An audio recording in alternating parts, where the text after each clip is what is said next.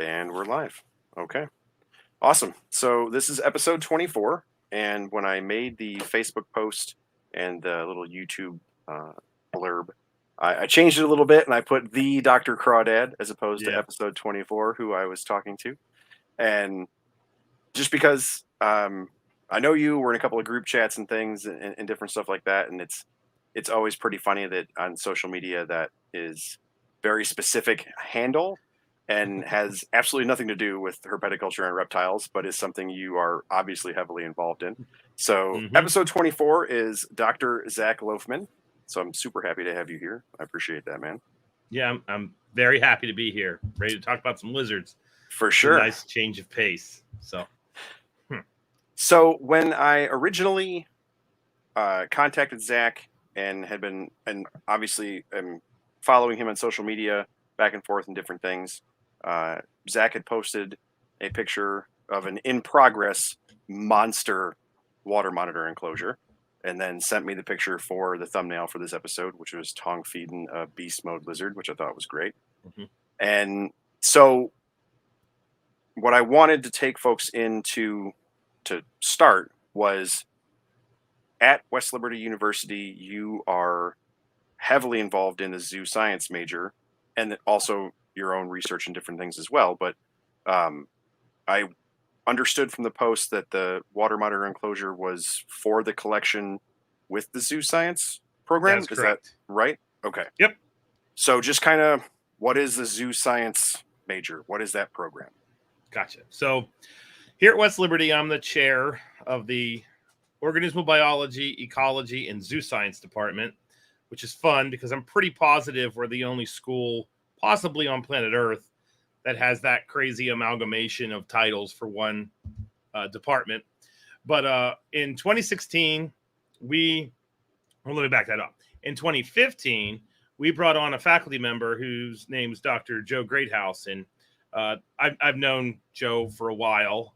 We grew up here in the northern part of West Virginia. Didn't know him then, but he went to West Virginia University. I went to West Liberty State College at the time, and we both ended up doing an internship at Oglebay Goods Zoo, which is a very small AZA institution.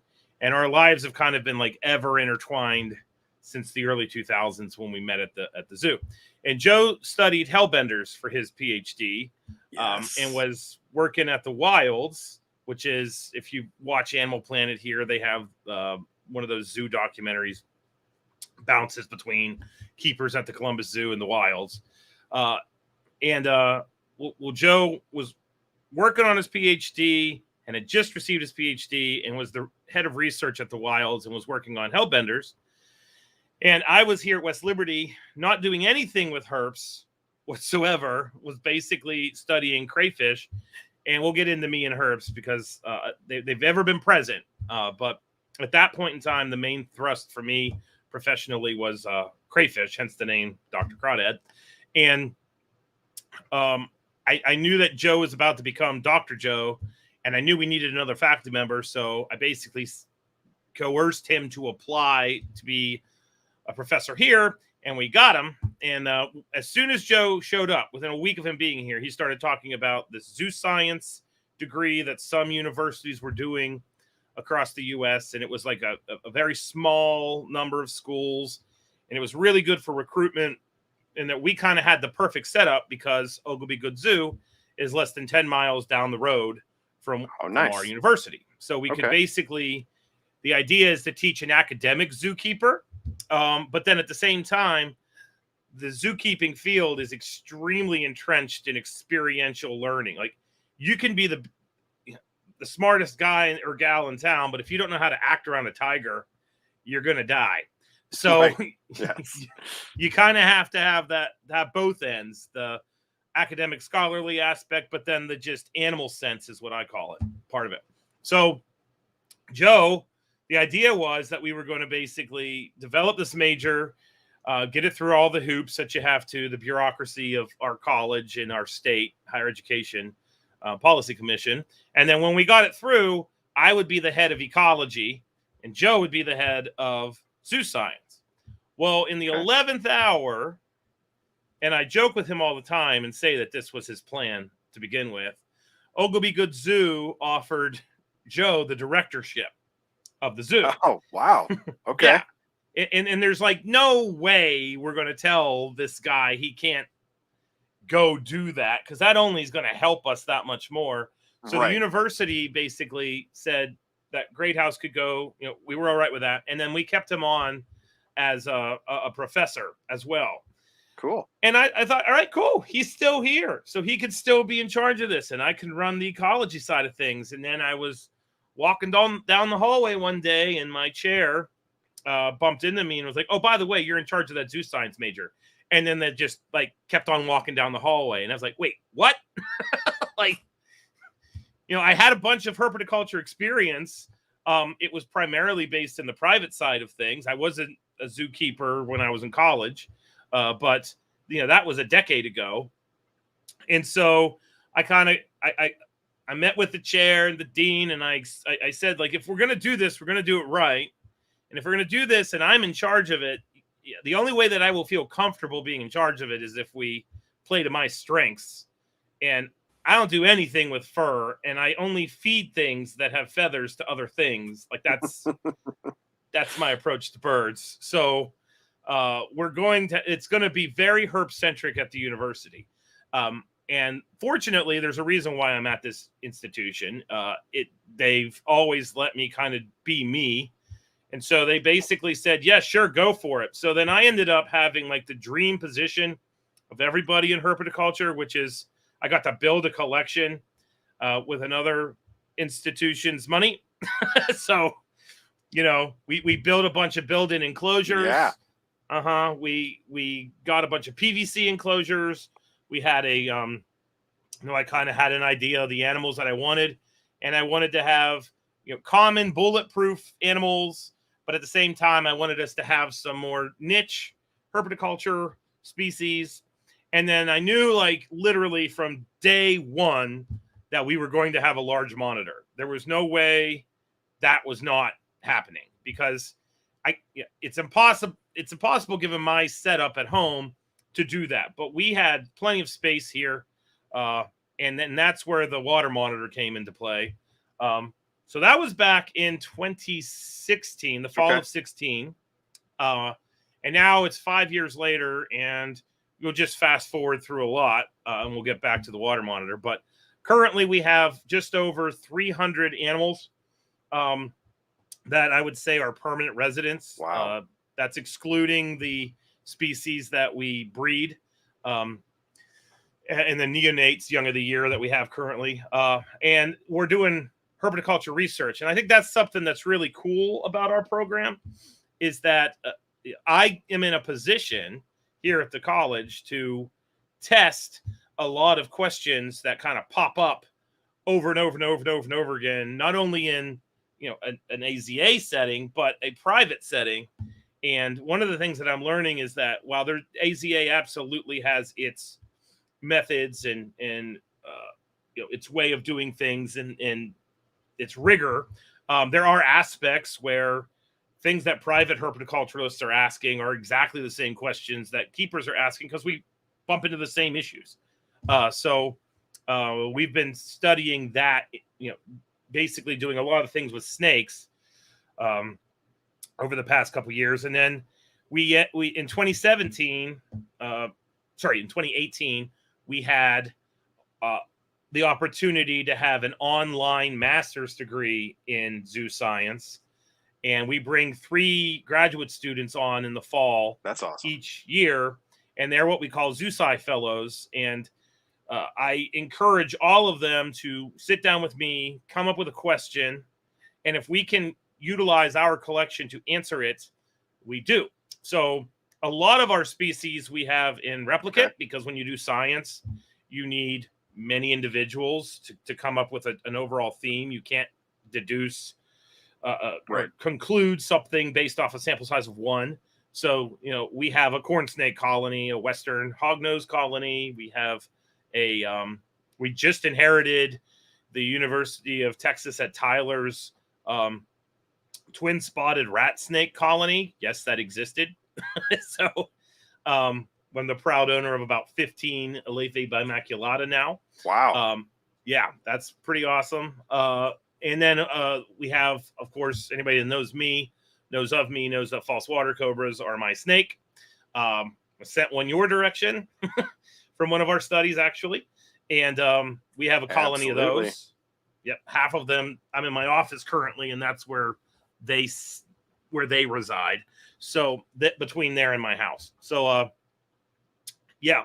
But on the lizard front, we've had lizards since the onset. When I was getting back into herpetoculture, when I found out I was going to be doing this, it was really funny that the timeline for me, I got out of herpetoculture when I was doing my master's degree in biology with a herpetology focus. And that was in the early 2000s. And that was right when crested geckos started to show up in the market. And I remember seeing them in a show in Columbus, Ohio. And I think the cheapest one in the show was about $1,200. So I came back and was like, these things are like $50 now. Like, what the heck's going on? You know, basically a decade and a half later. And of course they breed like rabbits. So that's why that happened. So I got a bunch of those for my house, just to kind of get back into things. I wanted something that was really easy, nothing over the top. And I bred a bunch of them, and I kept track of who was mom and dad and all that kind of stuff. And so those animals, the offspring of that breeding, they constitute our crested gecko colony upstairs, which is about 30 different animals from 5 different pairings. But we've had the crested geckos since the beginning. We have a nice Leachianus colony. We have somewhere in the neighborhood of a dozen adult Leachianus right now. From, you know, we have you know, Yachty or Yates, whatever you want to call them, Pine Islands, the various islands off the west coast of New Caledonia. So we have pretty much all the phenotypes you want. And then we have gargoyle geckos. So we have a lot of rhacodactylids. We really like those here. And we've done some pretty cool behavioral studies with mate selection and how the different things the males do, and just kind of fun animal behavior studies with those animals for a couple of the courses. We have a spiny-tailed monitor named Steve, and he's an adult. He roams around this massive vivarium by himself. He had a mate, but the mate just kind of died like lizards do. And we're on the market right now to find him another mate. We also have skinks. So we have both Indonesian Maruki and northern blue tongue skinks here. And then we have one Solomon Island tree skink, Carusia zebrata is what we call it here. And then we have the Haitian gollywasps, which we received. They were surplus from the St. Louis Zoo. So that's one of the cool things, is we're members of AZA. So we went through all the paperwork process to get them. And we currently have 2 males and 4 females. And they're pretty cool. They're not much to look at. A lot of the students initially will I talk them up because I'm a nerd and I understand how cool gollywasps are, and, you know, live bearing lizards that were thought to be extinct. You know, that's pretty cool. And then the students look at them and they're like, it's a brown skink. I'm like, no, it is not. I mean, I get it. It is a dirt lizard. I understand. So, yeah. So, and then the kind of star of our show, of course, and who we're going to talk about here for a bit, I guess, is our large male water monitor. And we have this Varanus salvator macromaculatus is a subspecies we have. So, you know, we've had a couple herp students come through and they're like, why don't you have a sulfur? I'm like, because I don't want a giant beast. I just want a beast. So, you know, so anywho, but he has been absolutely wonderful. Within 2 months of the zoo science major being initiated in the fall of 2016, he was purchased, and I drove down to Charlotte, which is about a 7-hour, 8-hour drive from here, to get him. I wanted one that was a little bit established. kind of past that little itty bitty baby phase, but I didn't want it to be an adult yet because I wanted us to work with it and do the whole bonding thing that everybody talks about with water monitors. So we ended up picking up a captive born animal that was right. When we initially got him, he was in the 4.5 foot range, and now he's 7 feet and about. He was 50 pounds the last time we weighed him, but when I looked at him yesterday, it looked like he has lost a little bit of weight, which is good. So I'm betting that he's closer to 45 now, but he's still a freaking big lizard. That's for damn sure. So awesome. Yeah. So I wanted to ask you about the enclosure because it looks like a really intense build. Yes. And I know that, doing zoo science and being with the AZA and stuff, is that kind of directing that build, or was the build something you came up with, or are you working off of what an AZA facility would do so that the kids can see that when they're going through the major, or how do you work the two? So there's multiple points behind the design and the implementation of this build. The number one point above all things is just simply Norbert's welfare. So if you're doing anything with AZA and anything with modern day zoos, welfare with a little bit of welfare sprinkled on top of welfare. Like that's what everything is about. So the biggest issue is simply when we purchased we call him Norbert. We have to name things. So that's, if I slip, that's who we're talking about. But when we got the monitor, he went into an enclosure that I knew was going to be too small from, at the point of purchasing him, but I also knew he had some growing, and I knew that we were going to inevitably inherit the space that his new enclosure is in. So he was initially put into an enclosure that was about 9 feet long by 4 feet deep by 8 feet tall. And that was perfect for about the past 3 years. And we actually were set to build this in the summer of 2020, but everybody knows what happened in 2020. So it basically got pushed back a bit. But the current enclosure is meant to be the place that he will live for the rest of his life. And so there really aren't any kind of AZA standards that we're following. I've certainly done several behind the scenes tours, herp departments in AZA, and kind of gotten ideas. But the big thing we wanted an enclosure that would kind of mimic any large animal enclosure in AZA. And so that's why we have a guillotine door, which is the door that a shift door, which is going to be on a cable that you pull. We're going to be training him to basically respond to a clicker cue to go into his holding space. There's a holding space in there because AZA facilities oftentimes have holding. We have vestibules where basically people can stand. So all of that design, all those design elements are absolutely AZA driven because we're trying to give our students an experience that's as close to AZA as possible. And they get that because we have our partner zoo down the road where they get to work with, red wolves and snow leopards and all kinds of crazy mammals. But we wanted to have one large enclosure that basically had those attributes that you would see in more of a mammal enclosure, dare I say it. And so with the monitor, we've definitely gone like all out on this thing. It's kind of crazy. So yeah.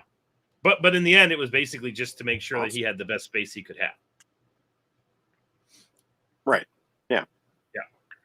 So with having the collection that you listed out, like, is that something where, I mean, it kind of helps that you're the boss. So you kind of have been able to pick those things. Now, is that like, what pushed you to the different animals that you picked as far as like, is that something where you I don't know how to word that. Like, my assumption, I guess, and I don't actually know, is that the diversity of your collection would help somebody after they graduated to just show up at your standard AZA reptile facility and just kind of deal with whatever it is you deal with as the new guy. And here's some geckos, here's some skinks, here's some snakes, Yep. here's some turtle, just get your Yeah. feet wet, feed some stuff, maintain some stuff, and then the actual diversity of the collection, you're the boss, so you get to kind of pick the diversity of the collection. Now, that's exactly right. Is that kind of how that? Okay. Yeah. So the way that the collection is set up is we have what we refer to as beginner, intermediate, and master level animals. And when the students come in, we find an awful lot of what we refer to as the bunny hugger effect. So, when you advertise to the world, come here and learn how to be a zookeeper, a lot of people think that means come here and like love on the animals and hug them and do all that. And they don't realize like you are getting a biology degree. Like you still have to pass chemistry. We have a biostatistics course. We have taxonomy-based zoology courses. I teach herpetology and herpetoculture. The lab is herpetoculture, but the lecture is herpetology, and it's no different than any other herpetology class across the country. It's evolution-based. It's not based on care. It's learning a bunch of Latin binomials and all that kind of jazz. But so back to the collection though. So what we basically what I wanted to have some of the animals that are kind of your classic bulletproof species. So we have things like the cresteds. We have leopard geckos, blue-tongued skinks, ball pythons, box turtles, things that can basically, if you're learning elementary herpetoculture, those are some animals that we can learn with. And if you make a husbandry mistake, they're probably not going to keel over dead in 24 hours. And we also have myself. We have, and I function as the curator. Like I actually have that title. I have an assistant curator who's kind of the boots on the ground with the students. And then we have the graduate students, which are essentially lead keepers.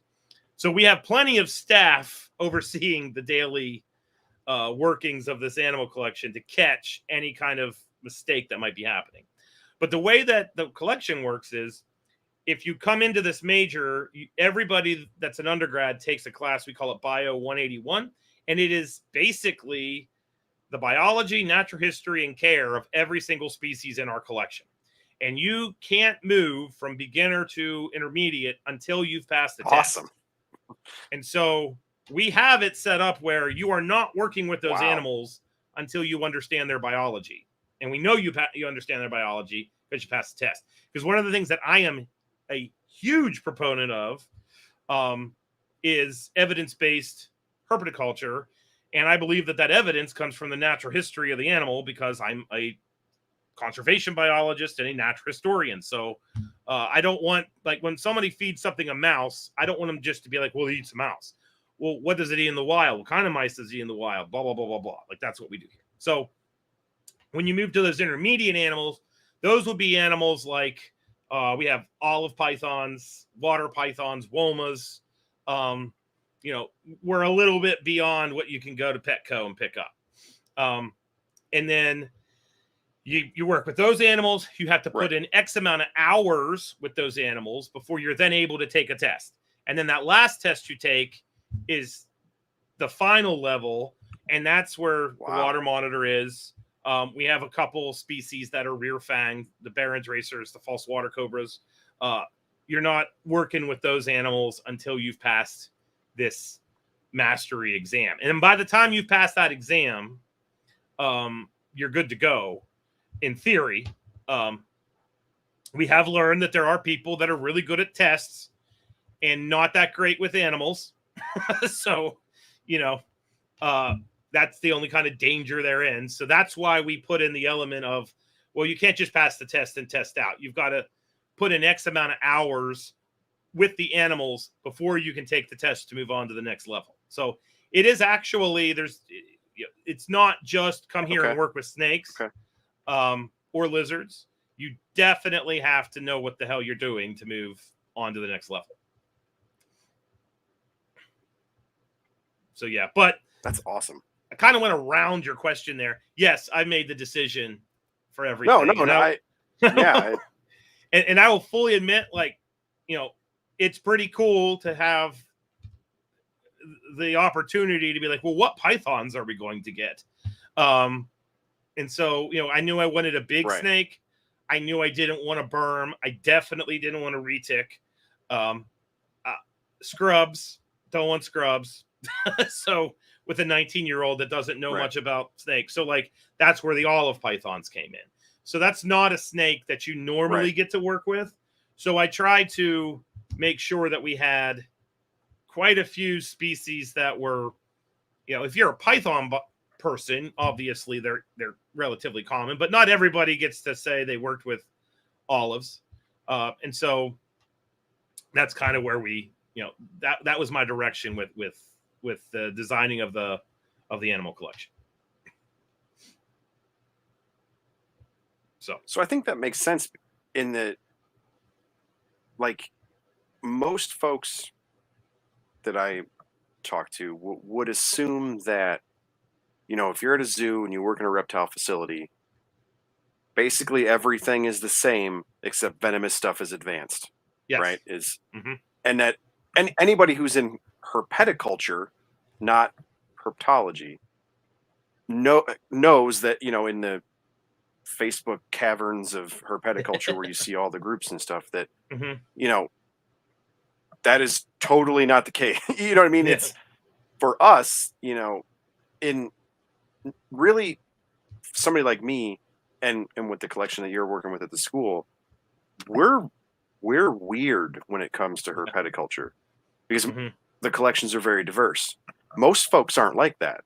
They're very specific, and oftentimes it can be almost like different hobbies. And especially when you talk about venomous folks, they basically are a different hobby as far as how separate it is from keepers.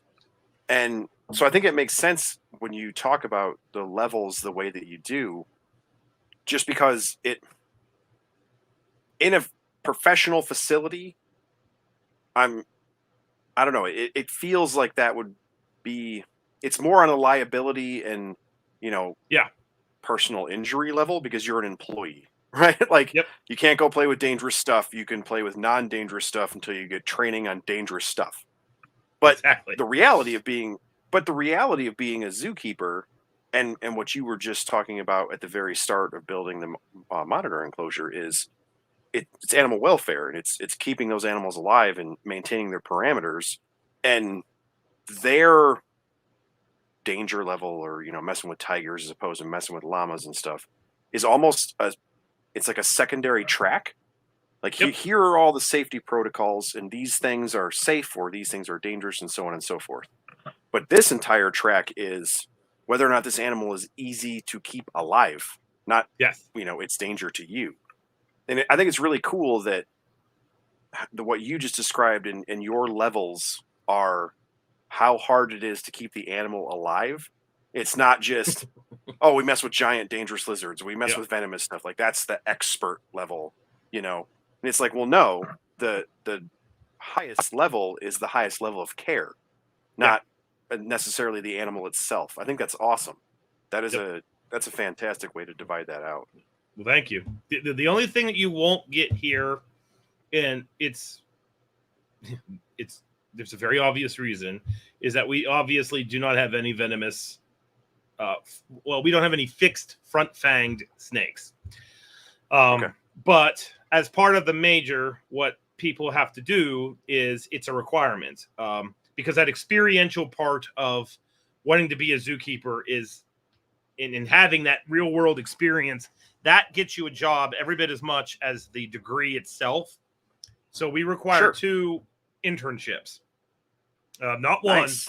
Most schools require 1. We require 2, and everybody's guaranteed 1 down the road at Ogleby.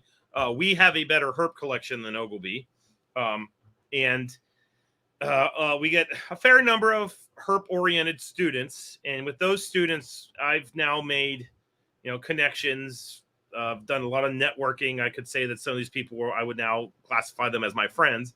But we have curators at several zoos that will take the students on as interns, and then you're not going to start work in a Bothrops day one. You may never actually Right. get to work a Bothrops, but you will at least be with the keepers that are working the Bothrops, and then you can put that on your resume. Yeah. So we have a mechanism for people to get that experience, and I don't want a Bothrops here. There's like, Right. we do not need that in West Liberty. You can go elsewhere and pick that up. So, or large crocodilians. Right. We have a single crocodilian here. We have a smooth-fronted, dwarf caiman, Paleosuchus. Okay. So, and that's the extent of it. Like, we won't. We got a single caiman. That's going to be our caiman. But working in that caiman is not like working a Tomistoma or a large Nile. See, but I think that makes sense, though. Page, yeah, but they will be able to say they worked with a crocodilian. Right. But to me, it's kind of twofold. Like, obviously, there's a major academic component, but a lot of it is almost like a trade school, right? Mm-hmm. It's a trade, doing this job. And for any trade school, you don't ever come out of your trade school learning the advanced stuff or the very specialized equipment or things of that nature. Yeah. Those are always things you have to do on the job. And because wherever you go to work is probably going to do a little bit different, or they drive it this way, or they have their x-ray over here, whatever your special thing is in your trade. And I think that makes sense. If you guys have rear fang, you guys have some big lizards and a smaller crocodilian. And so now you know how this works. Yeah. When you go somewhere and you do some crazy stuff, they're going to teach you crazy stuff and then do it their way. I like that. But that makes sense on the trade school aspect of it.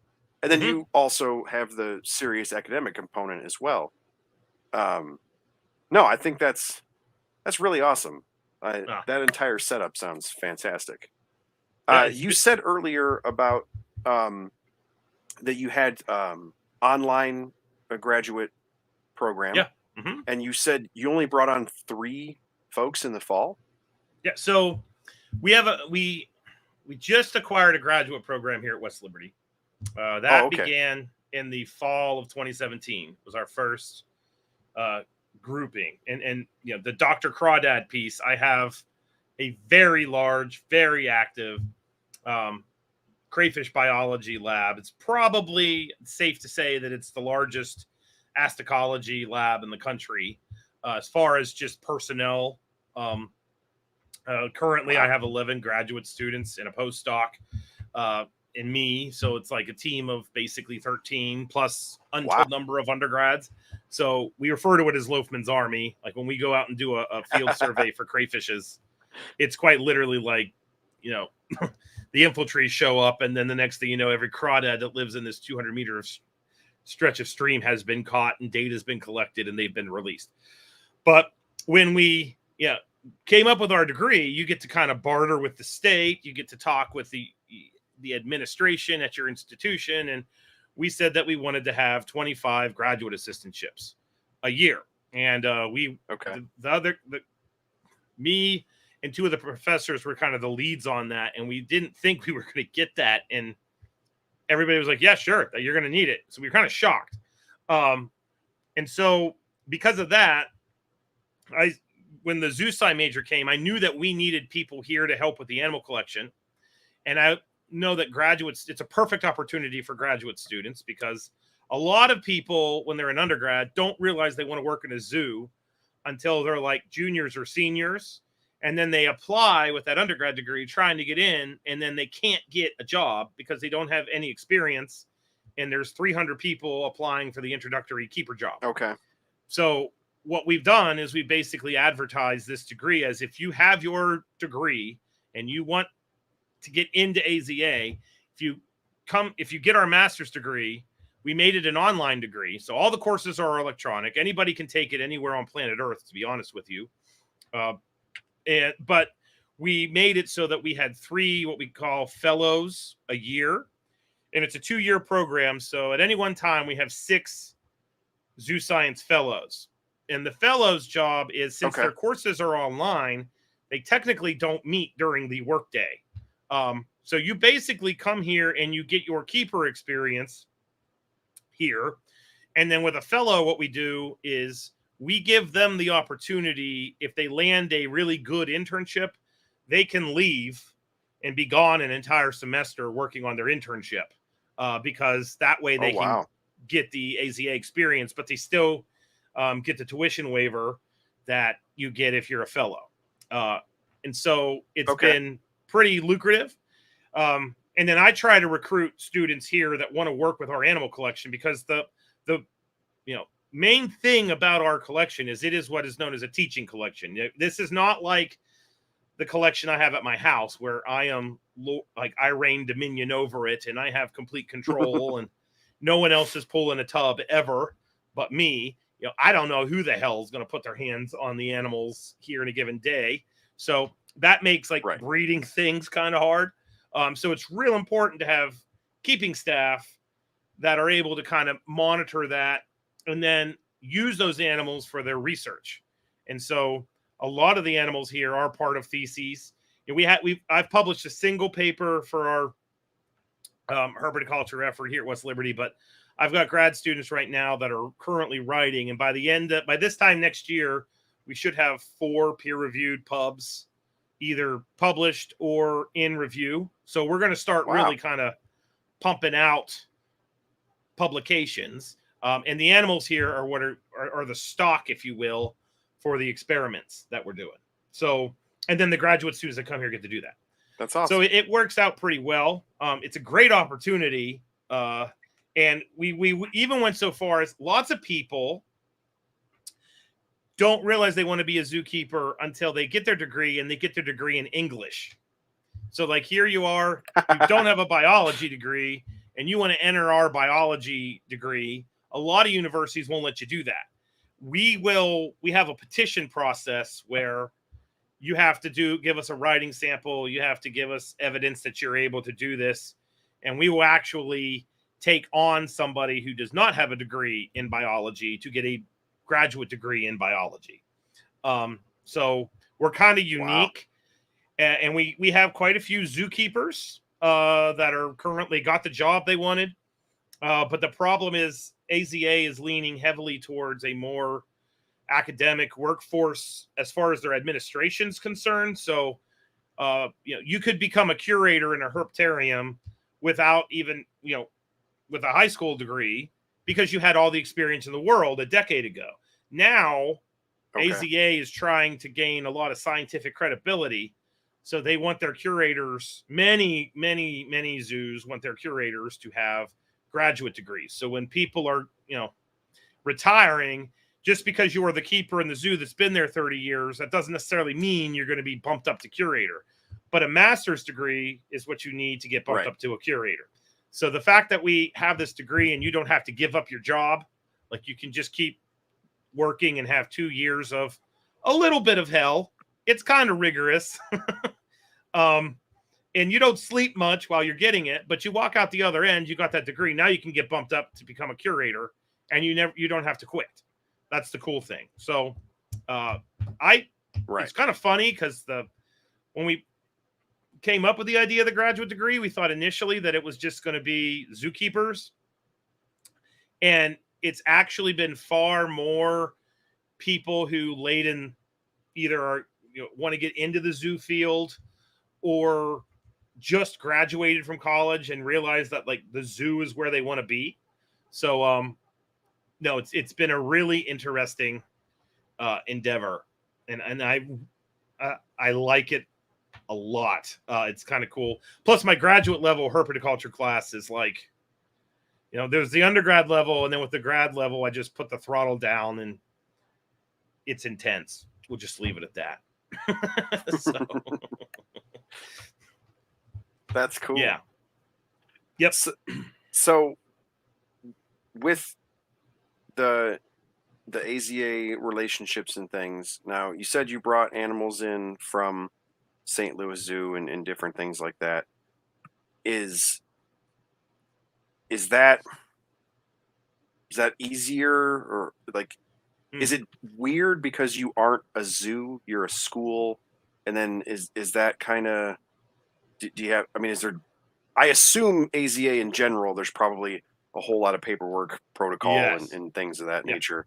Now, is that kind of more difficult on your end being a school collection as opposed to a zoological facility, or how does that? It's difficult for everybody. It's difficult for the zoo. It's difficult for us. It was about probably a 2 or 3 month process. We pay to be at the institution level to be AZA members. So we're not AZA certified. That's a whole other ballgame. But we pay to be a member. And then one of the faculty members here is, she came from AZA. So she was an education curator for like 19 years at Mesker Park Zoo. And we purposely hired her because she had all that AZA insight, because we really want to do this right. We don't want to say we have a zoo-sci major and then all you do for zoo-sci is an internship. And there are programs out there that do that. Like, we dove into the deep end of the pool head first.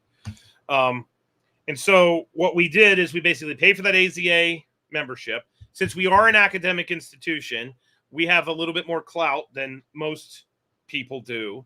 And then basically we had to go through this giant vetting process. And it's important for everybody to know, like, the gollywasps are not ours. They are on what's known as a permanent loan. So, I can't just breed them if I want to. That we keep the males together, you keep the females together. It was just basically St. Louis had surplus. We could do some cool science with them. So we agreed to their terms. And then we basically went through this rather rigorous background check. Like, we had to have letters of recommendation. I had to send in my CV. We had to show that we had the enclosures before they arrived. We had to show that we had the capability of maintaining their diet. It was a bit of an ordeal. But then once we kind of checked all those boxes, the gollywasps came. And one thing that was drastically different than working with the private sector is when you receive those animals from AZA, they go to their vets and have like the most intensive vet check before they leave. So, they basically checked, they did fecals for parasites. We received all of their medical records from the point that they were born until the day they left. It was very different than me calling up a breeder and saying, hey, I want, I want that skink for our collection. And then it's like, well, it's $400. You got it? Yep. All right. What's your FedEx information? And then, the skink shows up. It was about as different from that as you could possibly get. Yeah. So, wow. Yeah. So I've always thought that was funny and how folks don't understand ownership and things like that, and how, because there's a facility local to me that is they're a ZAA as opposed to AZA facility, and they're one of the only ZAA institutions in the country to have a Komodo dragon. And we do some charity events for their curator and different things like that, so we're get to go behind the scenes and see all the cool stuff. And it was always it's been his goal, right? He's a reptile nerd like all the rest of us. It's the coolest lizard on the planet. That's the goal. And that was, even at some of the charity events for folks that were donating and doing different things, like, to hear him explain, like, no, we don't own a Komodo dragon. Like, I don't own a Komodo dragon, and how it was on loan from a facility, and especially something like that where it's in an SSP, and there are all of the different rules, and the animal that had come to their facility, she had a health issue and wasn't able to reproduce, and so that's why it went to his facility, is because it was no longer viable in the SSP, and so it was strictly an educational animal. And to hear all the explanation of just kind of like over and over again, like, I don't own this. Please don't tell people that I own this, Yes. and because they're very, very specific on, they're going to go here if we want them back, or and how that works is not what most folks would think. Yeah, it is definitely an ordeal. Justin had never even heard of gollywasps until now. Really? Well, they're really, really cool. There's a couple very colorful species. Absolutely. The species we have Yes. are not them. So right. There you go. So what now? I also understand why they're cool, even though most folks don't. But now is that what drew you to that, or was it just an opportunity that came your way, or were you looking for that?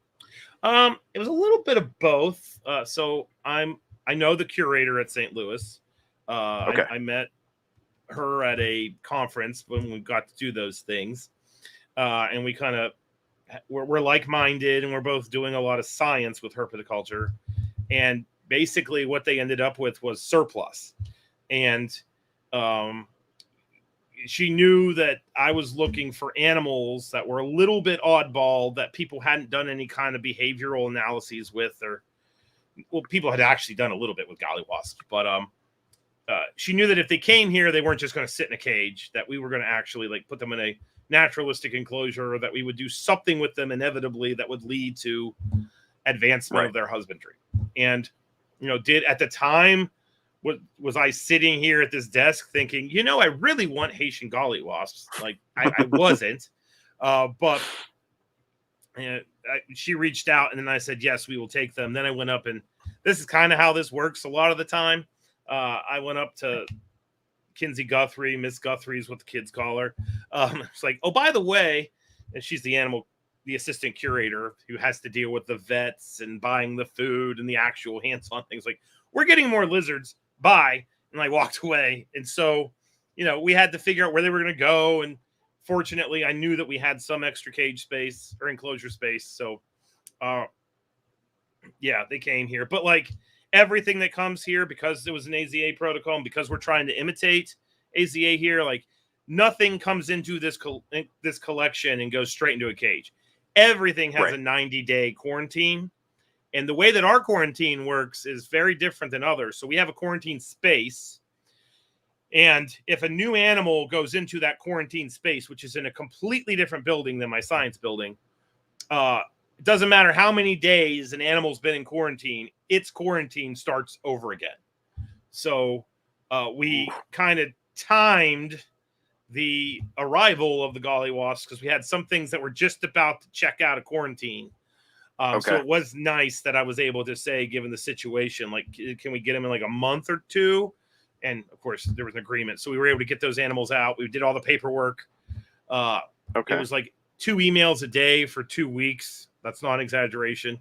Like a phone call a day for 5 days near the end. But anyway, we jumped through it. And then, truth be told, we're just looking for legitimacy, because it's a big deal to have AZA trust you enough to give you their surplus stock. So we're able to say that, we're fulfilling that role.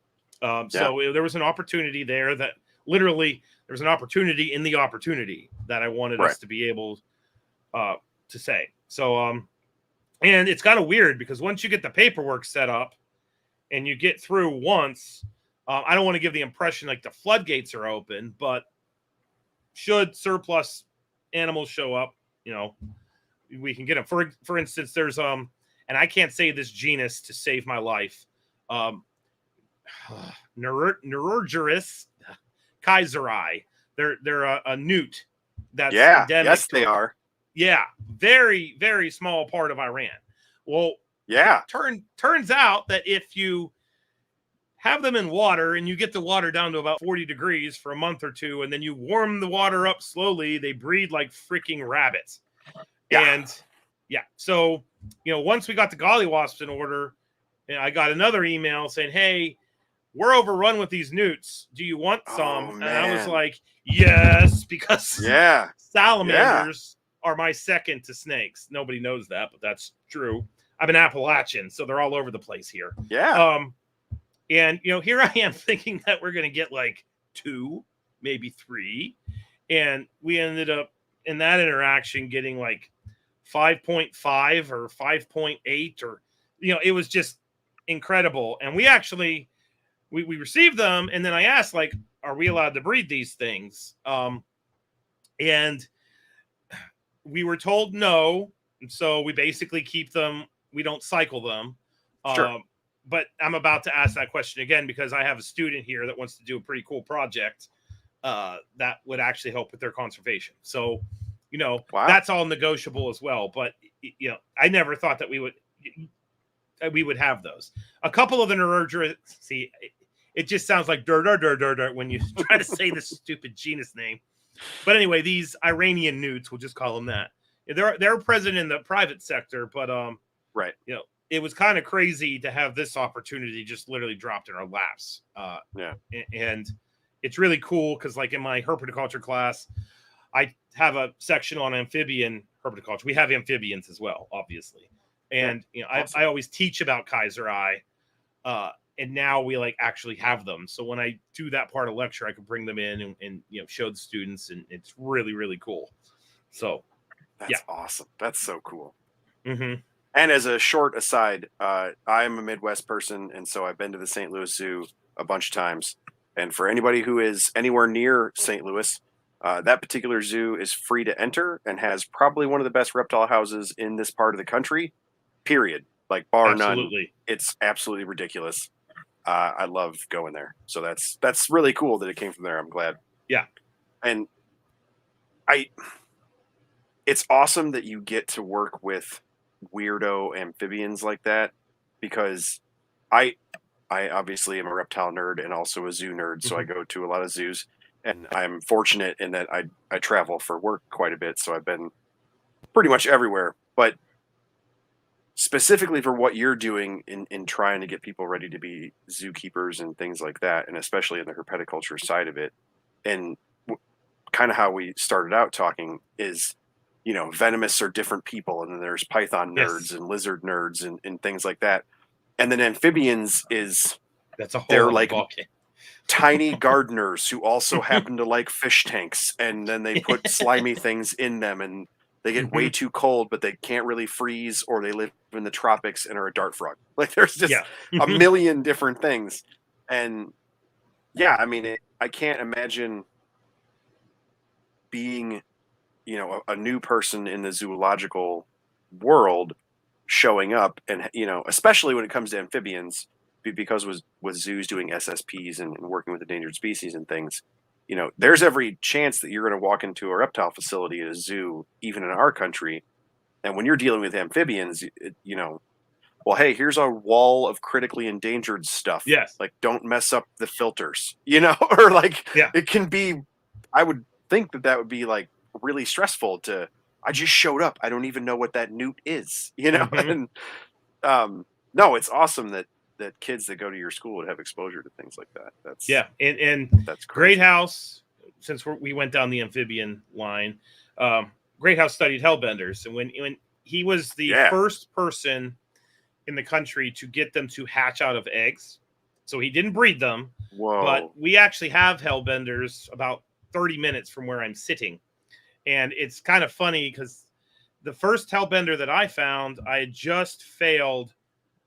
I mean, this test obliterated me. It was a general chemistry test, and everybody thinks that I'm got to be super smart, and I'm really smart when it comes to zoology, but I freaking suck when you start throwing numbers at me. I am horrible.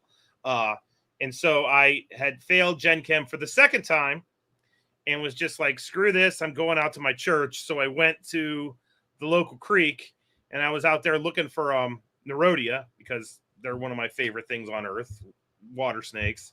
And I was walking through this riffle, and I looked down, and I saw this enormous turd, like the biggest piece of crap I've ever seen in the stream, and thought, oh God, I don't want to step in that. I was wearing my sandals. And then it was like one of the creepiest moments of my life, because the turd, it grew a foot, and then it grew another foot, and then it started meandering up through the riffle. And I was like, what the hell is happening? Because it didn't even hit me that there were hellbenders local to me. I thought they were all dead. And then as soon as I realized, oh my God, that's a hellbender, like, it was on. And I caught it, got some pictures, all that kind of good stuff. And then Great House we both finished up with our master's degrees at the same time. He went to the zoo. I went to a nature center, and he said, "Hey, do you know where any hellbenders are?" And I was like, "Yeah, I do." And I gave him coordinates.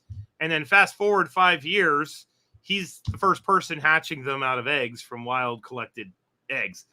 That's awesome. And once That's you so did cool. that, though, it's not like breeding snakes or lizards where you have a clutch of like 20, or, I had a water cobra clutch of 30 and 30 eggs, and people are like, "Oh my God, that's a lot of eggs." These things lay like, 2, 3, 400 eggs. Yep. And every single, what he had to do is he would basically, the eggs are laid in 2 strings, and you pull them out of the string and then put them into a urinal cup of all things, with some methylene blue and DO water. And then you put them on a agitator, which is a device that we use in our labs here that basically keeps things constantly moving, which imitates the stream. And then the little benders hatch out, and then you have to like change their water every 24 hours for the next like 6 weeks. And you've got hundreds of pee cups. I mean, it's like this huge ordeal. And when we hired him, he had done this at the wild. So he did that here at West Liberty too. And then when he went to the zoo, he left his hellbenders. So now Zach's in charge of a butt ton of hellbenders. So most of those hellbenders were released, but I said, I want to keep like 5 of them for zoo science. So we also have those. So like, I'm one of the few people that gets to come into work. Everybody knows about the snakes. I don't ever talk about these other things, but we've got the 5 benders that are kind of, I think we're down to 3. We let 2 of them go actually. And then I'm about to get a rather large crayfish building that I wrote a large grant for. Well, it's not crayfish. It's called the Appalachian Aquatic Conservation Center. And one of the labs is going to be dedicated to rearing not just crayfish, other aquatic things. So we're going to have those benders are going to be put on a display tank that's going to be in that laboratory. So, wow, it's pretty awesome. But that's about as close to a lizard as you can get without being a lizard. So I figured that was kind of relevant. That's cool, man. Mm-hmm. Yeah. That is. So, I don't care that it's a lizard podcast. It's mine. So what is this facility? Tell us about this facility. Well, I'm probably breaking a rule because we haven't officially announced it yet. But basically, with the crayfish, back to that, I work with 2 species that are federally protected. So that means Fish and Wildlife oversees them. And I worked really hard with them during the listing process. And then the animals got listed. Whenever an animal is federally protected and it's listed, what lots of people don't realize is that every single endangered species has what's called a recovery plan.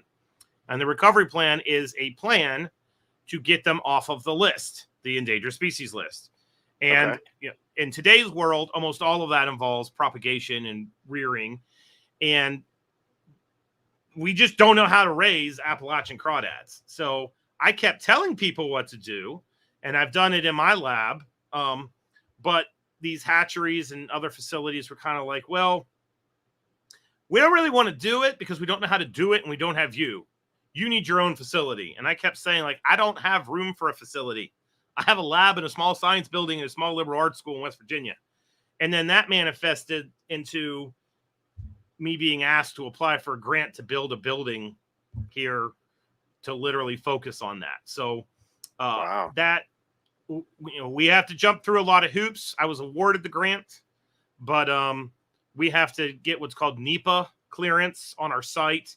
We have to have an architectural design, and we're doing all of that right now. I don't know how we're not going to get the clear. We've jumped through every hoop that we've had, but we'll be officially announcing that. So I guess technically it was announced on Lizard Brain Radio, but we'll be like officially announcing that. So I was right when I put on Facebook the Dr. Crawdad. There you go. There you go. But it's the guy. It's the guy.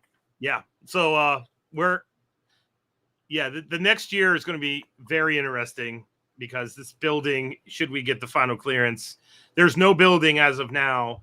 There will be a building by this time next year. So we're pretty excited. Wow. And the grant also includes all the stuff that goes in the building. So, but I'm going to have, I want to have some kind of herp that lives in aquatic Appalachian ecosystems being reared in the building as well. So Yeah. as soon as the building is announced, I'm going to start farming out that space and try to get somebody to bite on a turtle, possibly salamander project that we could get into some kind of hardcore captive breeding and release, because I really want to do that. So yeah. Well, and I don't know, but I would think that if you are already involved in that type of process for a particular species, that even if another species isn't necessarily something you work with, like, but to share space and share resources and things like that, if it is also a listed animal that is working in the same manner, I would think that would be something there will almost certainly be hellbenders raised in that space. Because whenever you pull a clutch, or an egg mass, as they're called, from the wild, which is done fairly frequently with that species now as part of the conservation effort, because zoos have gotten very good at rearing them. They've been kind of figured out, but it's a massive commitment, because you're going to have hundreds of them, not tens, hundreds of them. So divvying them up amongst as many different facilities as possible is not a bad thing. Plus, what wipes them out is you can get fungi that will you'll get the conditions right in the room, and then just boom, you get a massive bloom of something like saprolegnia, which is water mold, that will then just wipe them all out. So having the young distributed amongst multiple facilities is always a good thing, because if you have a disease outbreak like that, it's a big deal for that facility, but 2/3 of the egg mass is somewhere else, so it ends up kind of helping in the end. But yeah, we'll see. I have my eye on some animals. I just got to get past the government bureaucracy that we all have to get past. So we'll see if they're willing to play given the facility or not. So now, is something like that, would that also be manned by folks from your lab, or is that going to be a different? Oh, so it's okay. Yep.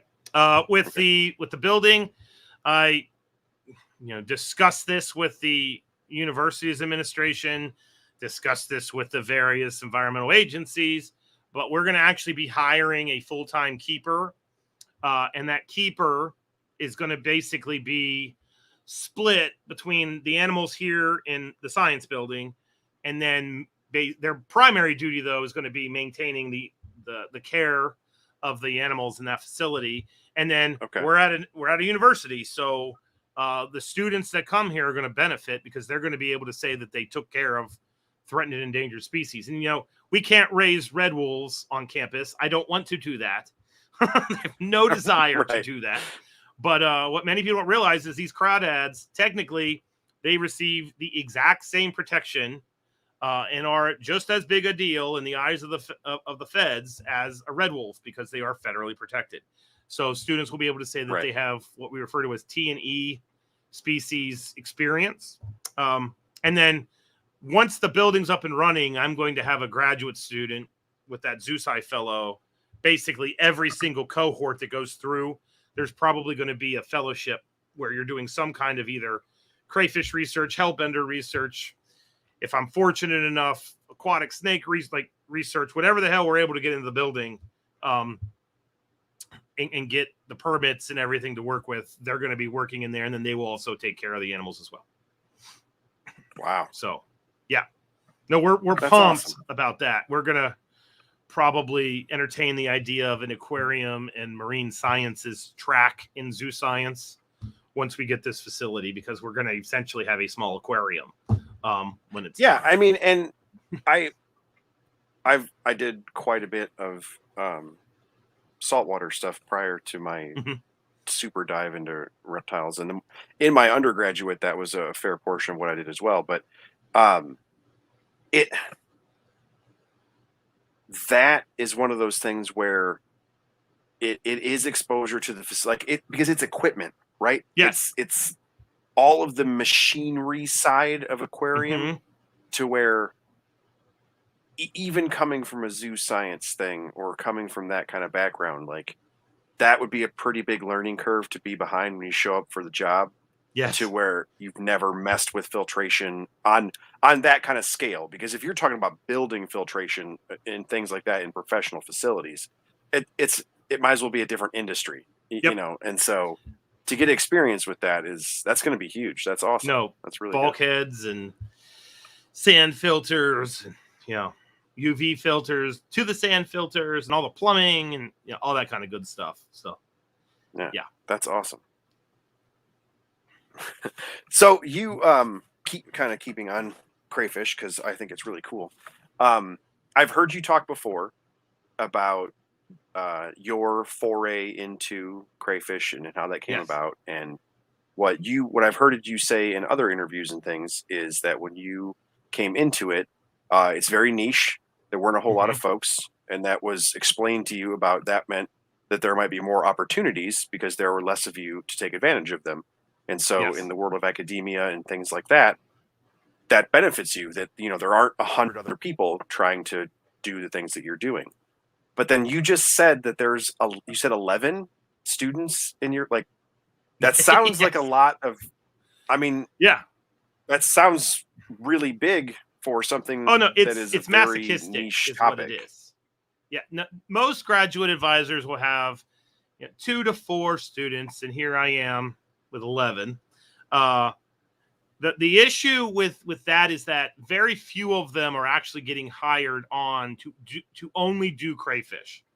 I have been fortunate. So this is like a fun part of my job is that we're a small liberal arts school. I'm not at a large R1 institution at all.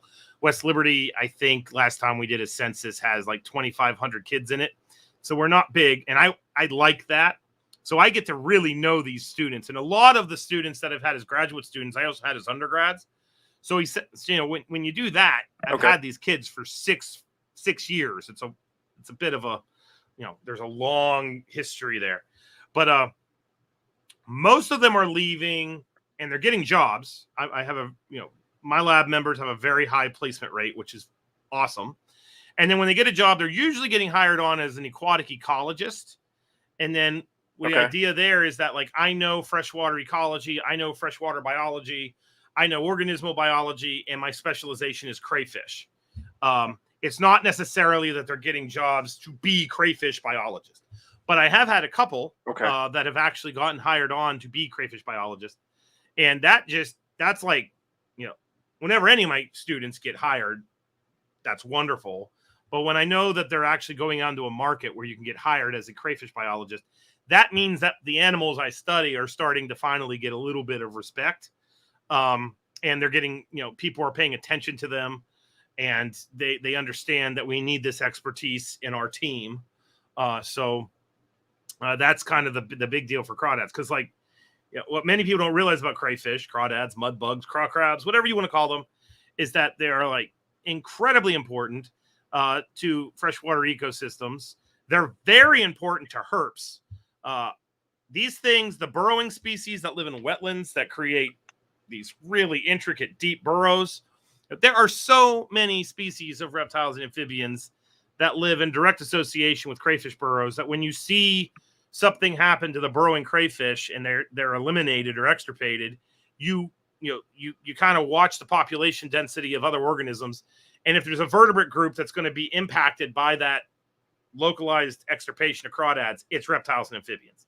We've got things like crawfish frogs, Massasauga rattlesnakes, Kirtland snakes, you know, all kinds of animals have co-evolved right alongside burrowing crayfish. And that's part of the reason why crayfish were such a good fit for me, because, you know, my first love was herps. You know, that's what I went to graduate school for, was to become a herpetologist.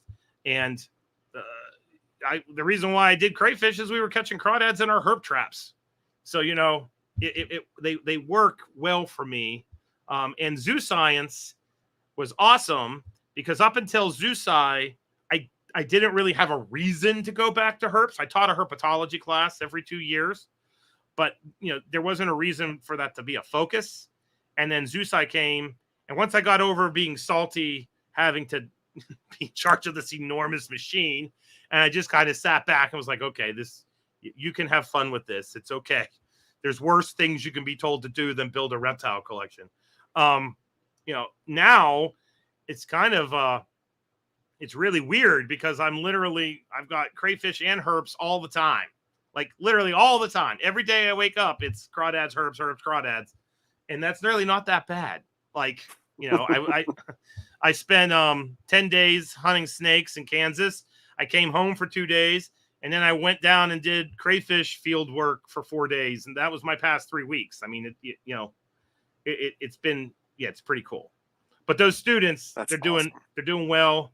We're starting to get crayfish on the map. People are paying attention to them as far as endangered species are concerned, and we're doing good things. And you know, I don't have much time to do anything. I do a lot of science all the time, which is cool. I work with the herps, spend time with my family, and that's my life. But I'm kind of happy with that being my life. So there you go. So having heard you on other podcasts and your podcast, which I do want to talk to you about before we finish, Sure. so I'll remember that. And then chatting with you in different chat groups and stuff for reptile nerds that we're friends with. Mm-hmm. Your story it's like it kind of seems unintentional Yes.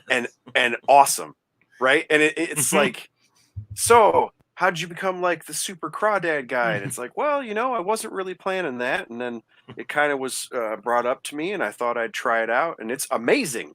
And, and then, oh, well, how did this zoo sciences thing happen? And it's like, well, I wasn't really planning that, but it was brought up to me and then I did it and it's amazing. So, you know, that's how it should happen, you know? And I think that's awesome so did you have was your 15-year plan when you were a kid in high school this? And you're like, no, it wasn't. No, I think that's awesome. And they all have been fantastic. Like you're doing crazy cool stuff. The secret to it is this. And I tell my students this, I tell everybody this. I don't say no. There are lots of people on our planet that when they're presented with something, they sit back and they do this devil's advocate and they do the cons and the pros. And I've just always been of the opinion of I knew what the end point was. The end point was I wanted to teach people about animals. That was it. It wasn't necessarily that I wanted to teach people about snakes or I wanted to teach people about crayfish, which are my two favorite animal groups. But it was just, I wanted a job where I was teaching people about animals. And I knew to do that, I had to get a 4-year degree and I had to get a master's degree. And I also knew that I was horrible at math, and getting a biology degree and being horrible at math is not good. That is a very bad combination. But, you know, instead of hitting those brick walls of pre-calc and statistics and chemistry, and hitting those walls, failing, which I did not pass. I got out of college with a 2.9 GPA, but it was enough to fall across the finish line, get up, and start again. That's the secret. Too often people will hit a perceived roadblock, and they just see this as this is the end. And I'm not saying that isn't the case for people, because it certainly can be the case for people. But in my instance, I ran head first into those roadblocks and got the crap knocked out of me and kind of stood up, thought, what the hell happened? And then I looked at what was in front of me and I just was like, okay, how the hell do I get around this? So I just was very strategic. I wouldn't take no as an answer. And I had a tremendous amount of grit because I knew what I wanted in the end. And I just didn't let anything get in my way. I mean, that was kind of the way it was. But with the crayfish, when my master's advisor said to me in that very fateful car ride driving through southern West Virginia, I watch you and you think you like snakes and you like snakes, but you could like pretty much anything that's weird. Pick something and run with it. A lot of people would be like, no, I'm a snake guy. I have to work with snakes. Snakes are it. That's all. But, right. In that instance, I was like, he's got a point. I guess I can be open-minded here.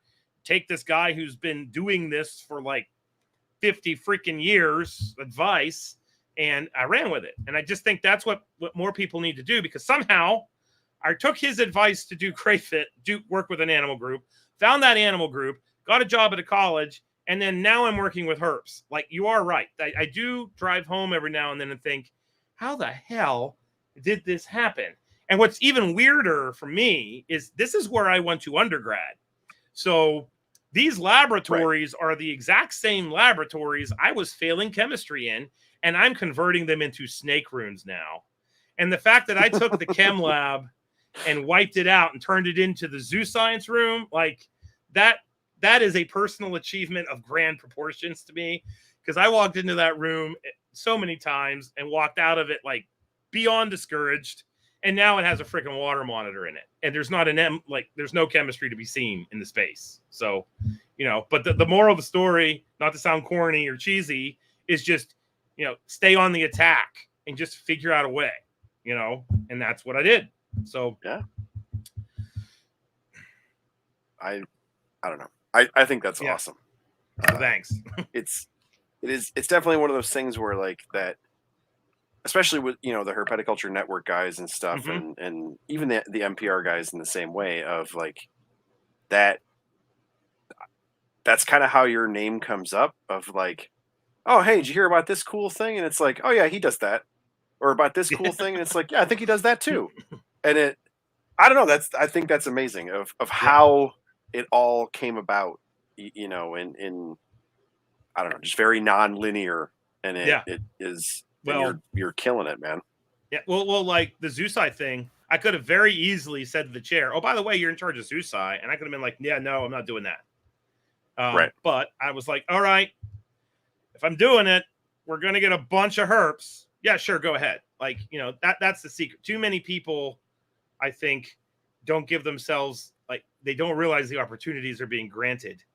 Just attack and see what happens. And that's pretty much been the way I've done everything in my short time on this planet. So, and it gets me into trouble. I will say that. There are days where I'm like, I really probably shouldn't have 11 graduate students. That's a bit too many. But, all of them are going to be future crayfish biologists or be advocates for crawdads. And so they're going to help the species and the animal group that I've dedicated my life to. And if I just keep pumping those students out, inevitably it's going to make an impact on the crayfish. And it's the same way with the herpetoculture. In North America, there are some labs that existed where they were studying herpetoculture, but they weren't really studying herpetoculture for herpetoculture.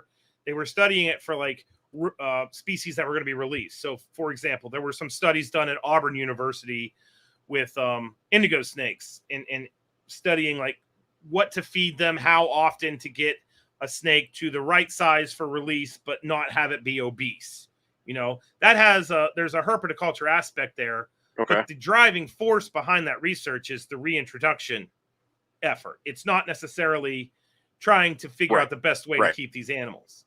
And then there's been some studies done with snake cognition where you maintain snakes in what they refer to as a deprived environment, which would be something like a tub with a hide, a water bowl, and then you put them in an enriched environment with a whole bunch of stimuli and look and see, is there a response to prey or to aversion from those two animals. But that's kind of being done for snake cognition. That's not necessarily being done for herpetoculture. So the fact that now I'm able to have graduate students literally like dial in with laser focus on these herpetoculture questions and actually use the scientific method to answer them and not just rely surely on the ever-present, I've done it 30 years this way, that's the way it's got to be done.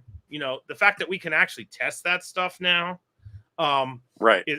is kind of cool, and anybody can do it. It's just we have all the means of doing it here because we're a university. So I really like that we can kind of do that stuff, and it's fun. Like it's not, none of the herpetoculture research I've done to date do I go home and think like, oh God, I got to go work on that project. It's always kind of like, that's really interesting. So they're all that's pretty cool. The crayfish stuff, there's definitely crayfish projects that we do where I'm like, oh my God, I got to drive to Southern West Virginia again. And that's, all our field sites are 5.5, 6 hours from here. So no matter what, it's a half a day gone Ugh. just to get down there. And sometimes you drive Right. half a day, you do the work, you go to bed in our field house, wake up the next morning, and then drive half a day to get back up here. So, there are days where that can be a little bit daunting. The herp work, it's never really daunting. Right. So, yeah. That's awesome. And I don't know, not to like downplay it, I guess, because I think it's awesome, but like what you are doing in that, to me, feels like it's the anti-social media Yes. version of herpetoculture. That's not I've downplaying. heard you talk. So, No, and no, I don't mean like, You're your right. entire degree program is just the opposite of Facebook. No, like, but no, when I hear you talk about evidence base, so part of what I do in my day job is in emergency medicine and healthcare, and a huge part, especially coming from the military and doing EMS, there's a huge driving factor in that type of healthcare right now, which is evidence-based medicine, and it's part of journals, and it's a whole thing now. And so when I hear you talk about that, it really strikes chord with me, because I see how, where you're going, and it's like that's it though, right? Like that's what mainstream herpetoculture has complained about, as we went away from magazines and we went to forums, and everybody loved forums, and they died, and we went to social media. Everybody loves social media. Well, now the cool thing to do is to hate social media, except a bunch of us talk to each other on social media, and this is a form of social media, so that doesn't totally make sense. But for what you're doing is like you're distilling down our argument, and then making an action on it of, well, I really hate, all these Facebook groups and beardy moms, and everybody hates ball pythons, or whatever the cool thing is to hate on.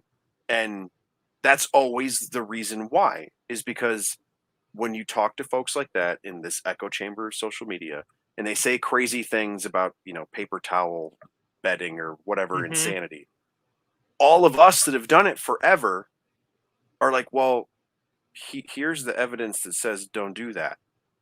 I know that the 50,000 people in your group do that, but you're wrong, and you shouldn't do that, because here's this evidence.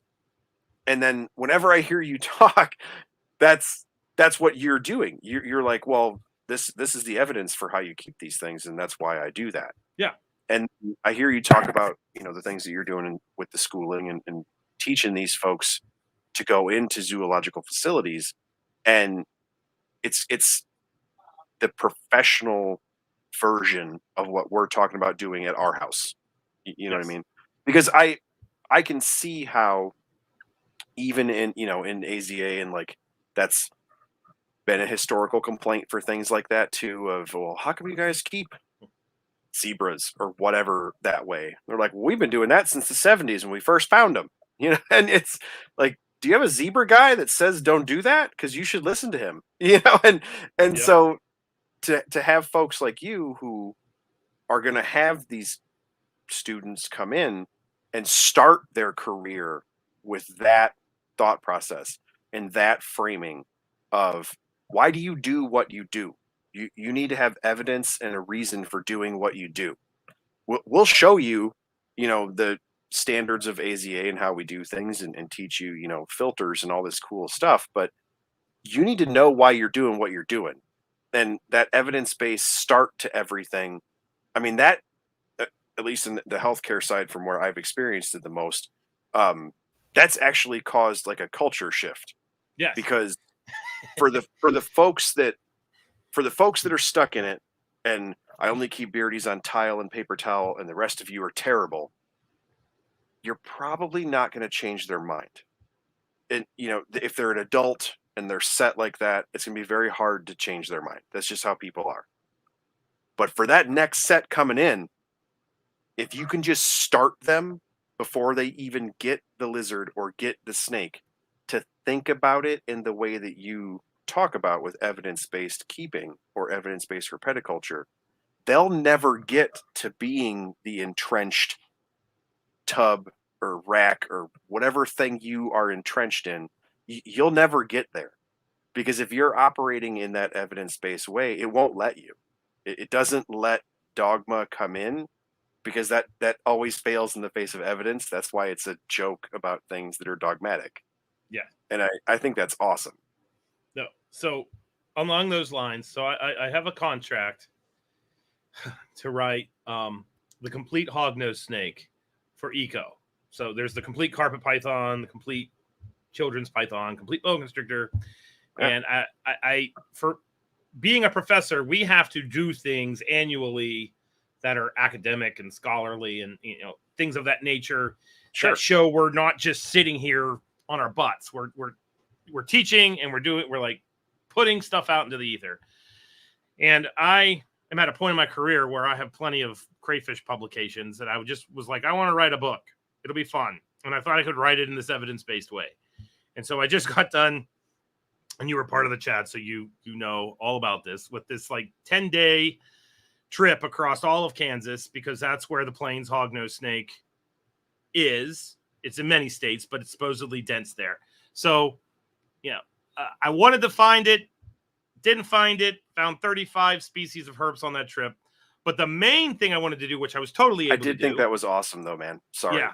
Oh, no, 35 herps, but like, an amazing it's still list. Just the slightest kick to the balls. True. But you had an amazing list. Yeah, it was a great list, but we don't have the cherry on top, but it's okay. But the main thing was, you know, I've read all the literature on these animals from a scientific point of view. I do not care about herpetoculture's perspective on the snake at all. I just wanted to like get the science, the natural history, the ecology, and then I wanted to go be where they were and get a whole bunch of environmental parameters myself. I didn't want to read off a care sheet or a forum or anything like that. I wanted to be a scientist about this thing, go out and get the data. And I'm a field biologist, so I know how to do this. This is what I do. In like, you know, people talk about with hognose snakes, like the standard care is you can keep a bunch of them in tubs and you can keep them on aspen because it's dry, and you keep them at like 80 degrees and they don't need UVB. And then here I am out in Kansas with my temp gun and my solarimeter, and the soil is like 121 degrees in the sun, and then you dig down 6 inches and it's 80. This is at like 2:00 in the afternoon, and my solarimeter at the level the snakes would be if they were in a bush is reading like 3.5 to 4 on the UV. And I'm just sitting here thinking, like, when I write this book, it's going to be entirely based off of that.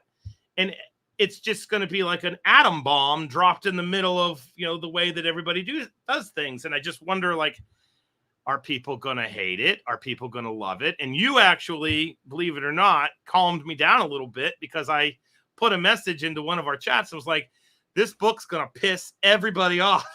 And then you said, good books do that sometimes. So I was like, okay, well then maybe, you know, it's right. But that's a great example. And I know it's not a lizard, but it's that's a herp that's standard issue. We've got well over 50 morphs of the thing. There's probably as many of those things in human care as there are in the wild right now. Oh, absolutely.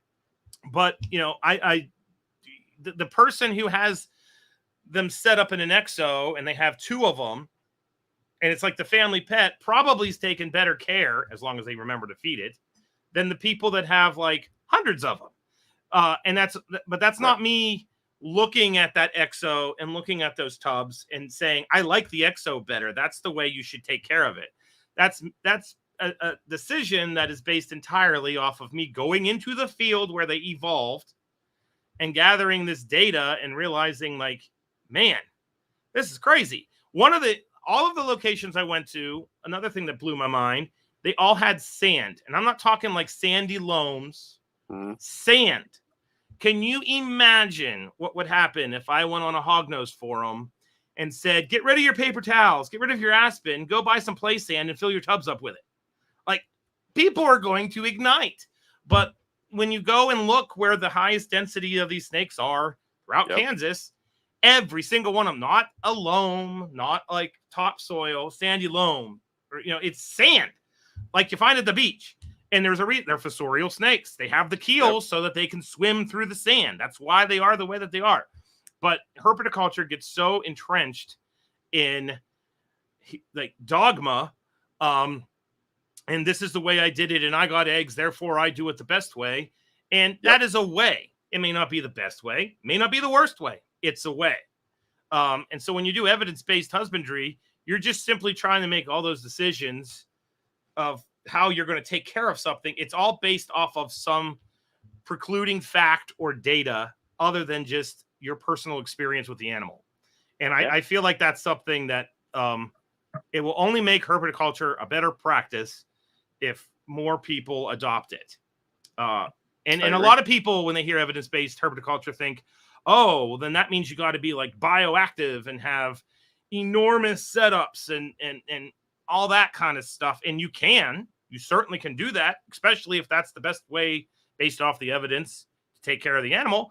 But that's not necessary with all of these, organisms. I don't really know if you need bioactive for a hognose snake. But right now, I think you should probably have some UVB on the animals. They live in open habitats where there's no canopy or limited canopy. And they're getting nailed with UVB.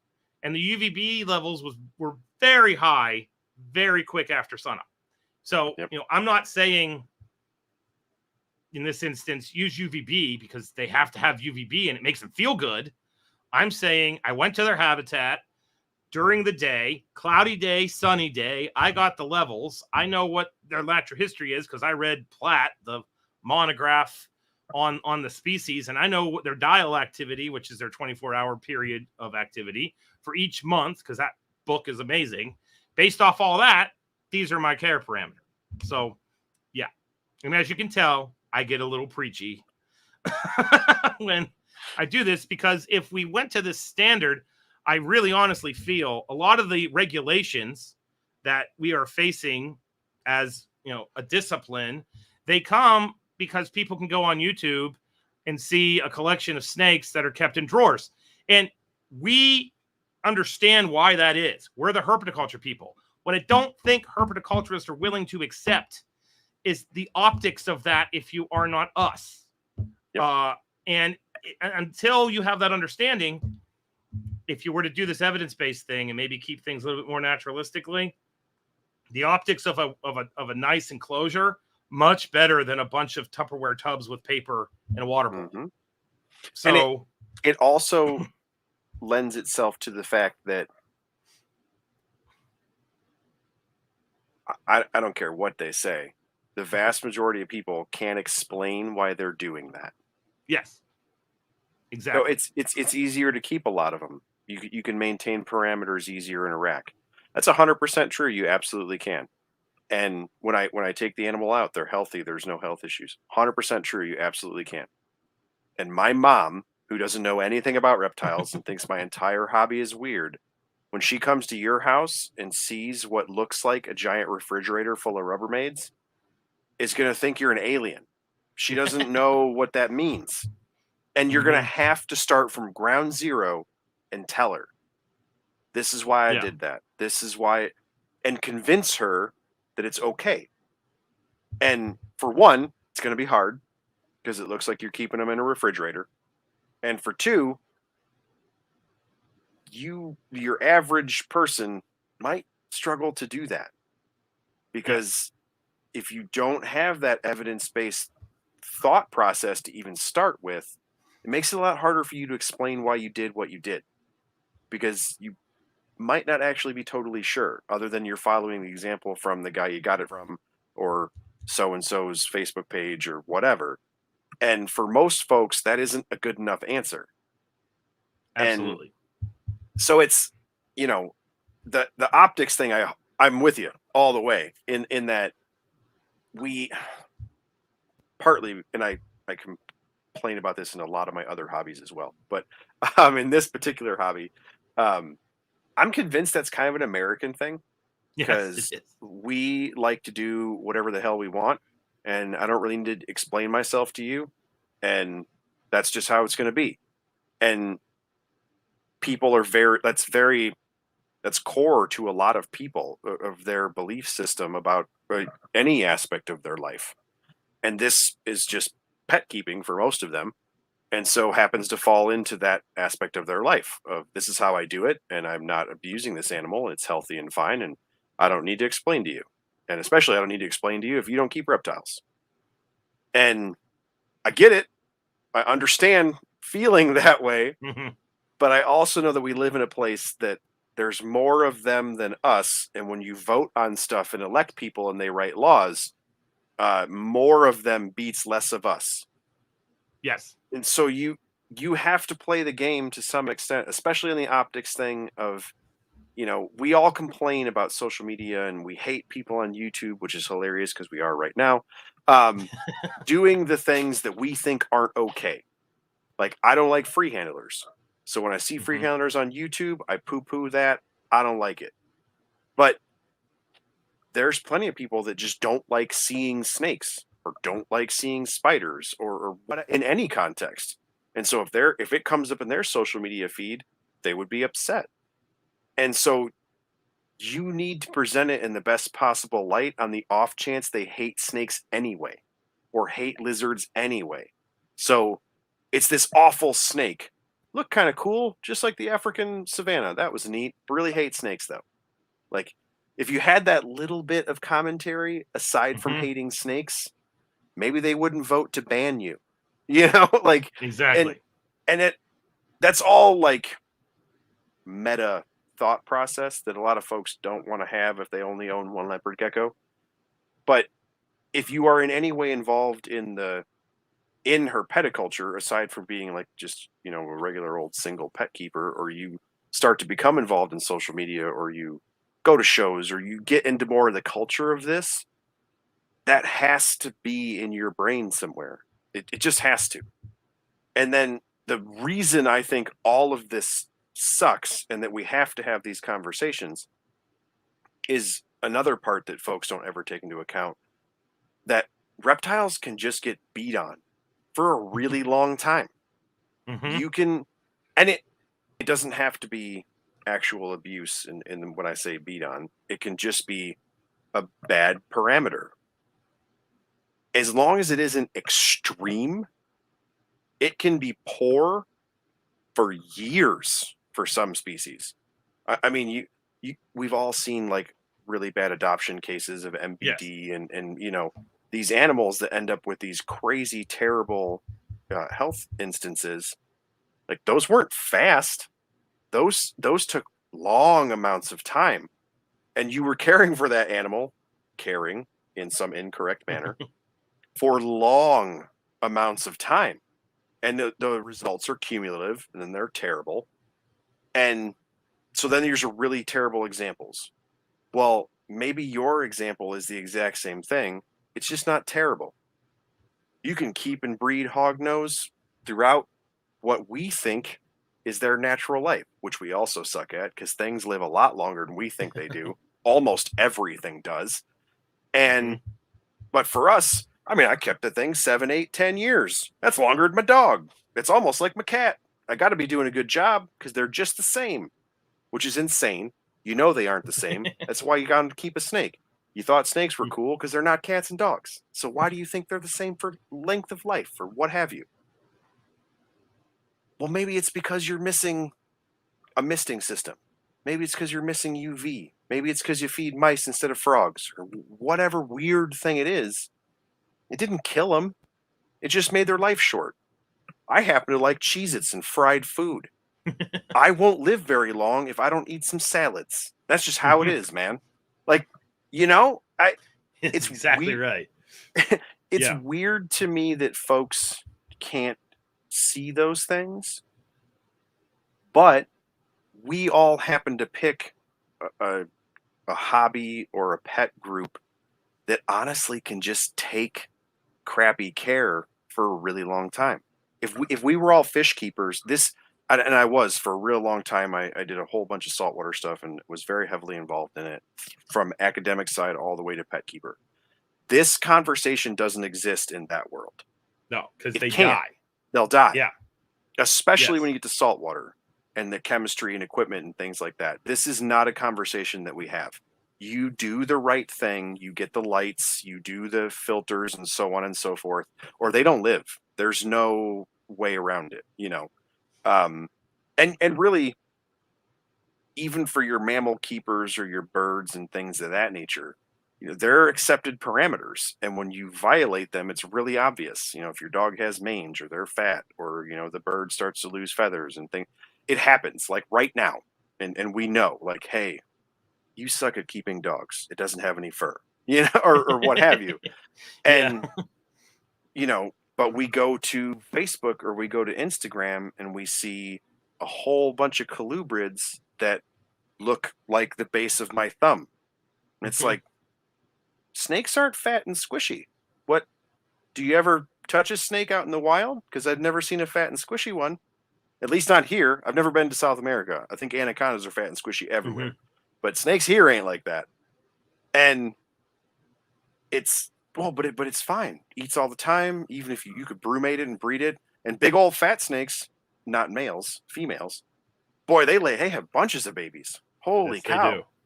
You know? And it's like, well, yes, but big old fat males don't make new babies very well. So you can tell you're failing there. And I mean, that's even a joke among python keepers, right? Oh, I want my males small and mean. You know, like, especially like Morelia guys, that's a Yep. thing. Little males, I feed them whenever I think about it, and they all hate me. But man, they breed like mad. It's like, well, yeah, maybe that's because where they're from, they're all small and angry looking for a girlfriend. Like, that makes sense. And I don't know, it's just, herpetoculture is the perfect storm to function without all of the things that you preach. Yep. And then if anybody had, I mean, because look at the whole herpetoculture network over into NPR folks, all for the most part kind of have adopted or had already had a thought process similar to the things that you talk about. And which I think is how we all kind of ended up hanging out talking in the first place, is because we had a similar thought process. Look at all of the stuff that we do or are involved with, or the people that we know, or the people that, you know, if we share it on our Facebook or our social media, look at the difference. And it's just bizarre to me that, you know, that whole screaming wall of Facebook or Instagram or whatever it may be has never paused to be like, hey, you see them 10 dudes over there that aren't doing that? Their results are totally different than ours. That's weird. And it, I mean, that's kind of just life, I guess. Nobody has that pause to sit there and think that they messed up. But it's, our hobby is built to ignore the things that you're trying to do. But because of that, when they adopt them, or at least that I've experienced, and I have kind of built my collection in the way that I hear you talk about it, is it's night and day. Like it's so obvious the difference. To like, I think that's why people in our vein get so frustrated, is, you know, evidence-based herpetoculture, or, you know, why do you do this or how do you do that? And it's like, man, just look at my stuff and then look at your stuff. It's not the same. You know, or not even in personal examples, because I really try not to do that, because it's social media, so you're always going to get the, well, yeah, of course you think your stuff is awesome. You wouldn't put crappy stuff on the internet, you know. I try to use other folks as examples, and it's just so obvious to, if you scroll through my Instagram feed, and then when I look on the little search button, and it brings up the next page, you know, and it's all the other things you can click through to find that or interest you or whatever. Like, you can literally go from screen to screen, and it's like, here's all the people that I follow, all the people that I'm connected to, which are a huge number of the same people you're connected to. Yep. And then when that screen rolls over, it's like, oh, hey, you're a snake dork. Look at all these other snake dorks. They got that too. And it's not the same. It's obese animals. It's like weird enclosures or like beardy mom stuff that I'm not into, that kind of lizard keeping or what have you. It's just completely different. And that's why, you folks don't 100%. follow. Yeah. I don't know. That was a weird rant to say that I agree with basically whatever you're saying. That's all good. But, yeah. 100%. It's bedtime at my house, so. Oh, gotcha. Short people keep coming in to say goodnight. All good. So, we had talked about the book. Tell folks about your podcast, because it is nothing to do with lizards, but I am a general reptile nerd, so I listen to all of them. And you guys have kind of followed the same vein that I was going for with this podcast, in that it feels like everyone that I've heard you talk to is really serious about it, about their part of the hobby. They're all incredibly knowledgeable folks, and you guys just you don't like interview people, and it just seems like you guys hang out and have conversations with people, and that is kind of a goal of mine as well. I don't like write down questions to ask you. I just want to talk to you about cool stuff. And it really feels like that's what you guys do. So I really enjoy it. So I definitely wanted you to tell folks about your podcast as well. So Matt Most from Serpamitra and I have a podcast. It's part of the NPR network, and it's called Colubrid and Colubroid Radio. The genesis of it came from when I was tasked with developing this herpetoculture class. When you're a professor, you kind of go online, get into like Google Scholar, find journal articles, go on to Amazon, try to find a book, and you try to adopt something. And what was fun is that the herpetoculture, when I had to do that back in the day, I either had these incredibly advanced veterinary textbooks like Mater's Reptiles and Reptile Medicine, which is like that's a tome, or I had there was really nothing beyond that other than a smattering of articles. So I was starved for content, and I didn't know what a podcast was. And then I kind of stumbled into NPR and started listening to all of it. And that's the exact same time I started listening to NPR is when Herpetoculture podcast with Justin and Jake came on. So I started listening to that. And then I found out about Reptile Radio, and I started listening to that. And an awful lot of my content for my courses actually comes from me listening to podcasts. So I listened to a lot of podcasts. I knew the style that I like, and I like the kind of the old standby NPR, pick a guest, they have a specialty, learn their background, and then just nerd out convo, really like meat on the bone conversation, not just like, yeah, I keep this morph, that morph, blah, blah, blah. Like I keep them at this temperature for this long, and then I feed them this, and blah, I incubate at this, then we add water, like all that kind of really hardcore detail. And my thing, if I had a niche, it's colubrids. Those are, I don't know why. I really want to like pythons. I tell people that all the time. But I always just find myself gravitating back to these nerdy colubrids. And the group that I like are technically, this is our herpetology class, colubroids, which means they look like a colubrid, but they're, if you go with a very modern taxonomy, not in the family Colubridae anymore, which would be things like my hognose snakes, false water cobras. Those are Dipsadidae. And then I am not ashamed to say my favorite North American snakes are water snakes, Nerodia, and then Thamnophis, the garter snakes, are right like immediately behind them. So I wanted to do an NPR for that enormous group of snakes, and I could not for the life of me understand why this didn't exist. Justin and Jake would occasionally have a colubrid person on. From the ground up, had a lot of colubrid people on it, and then that kind of dwindled down. And so I thought, well, now's the time. And NPR was just adding like a bazillion podcasts earlier this year.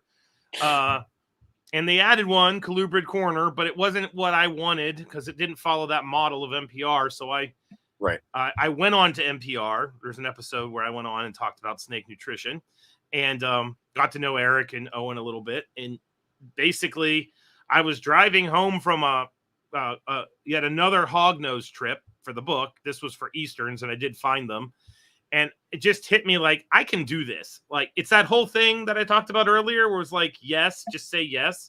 And I thought I could think about doing this, or I could get past this little bit of like, and I'm sure you know what I'm talking about, the weird self-consciousness of having a podcast. Because I am, believe it or not, like most reptile people, a relatively introverted human being that would much rather be spending time by himself with animals. But I can talk to reptile nerds like no other.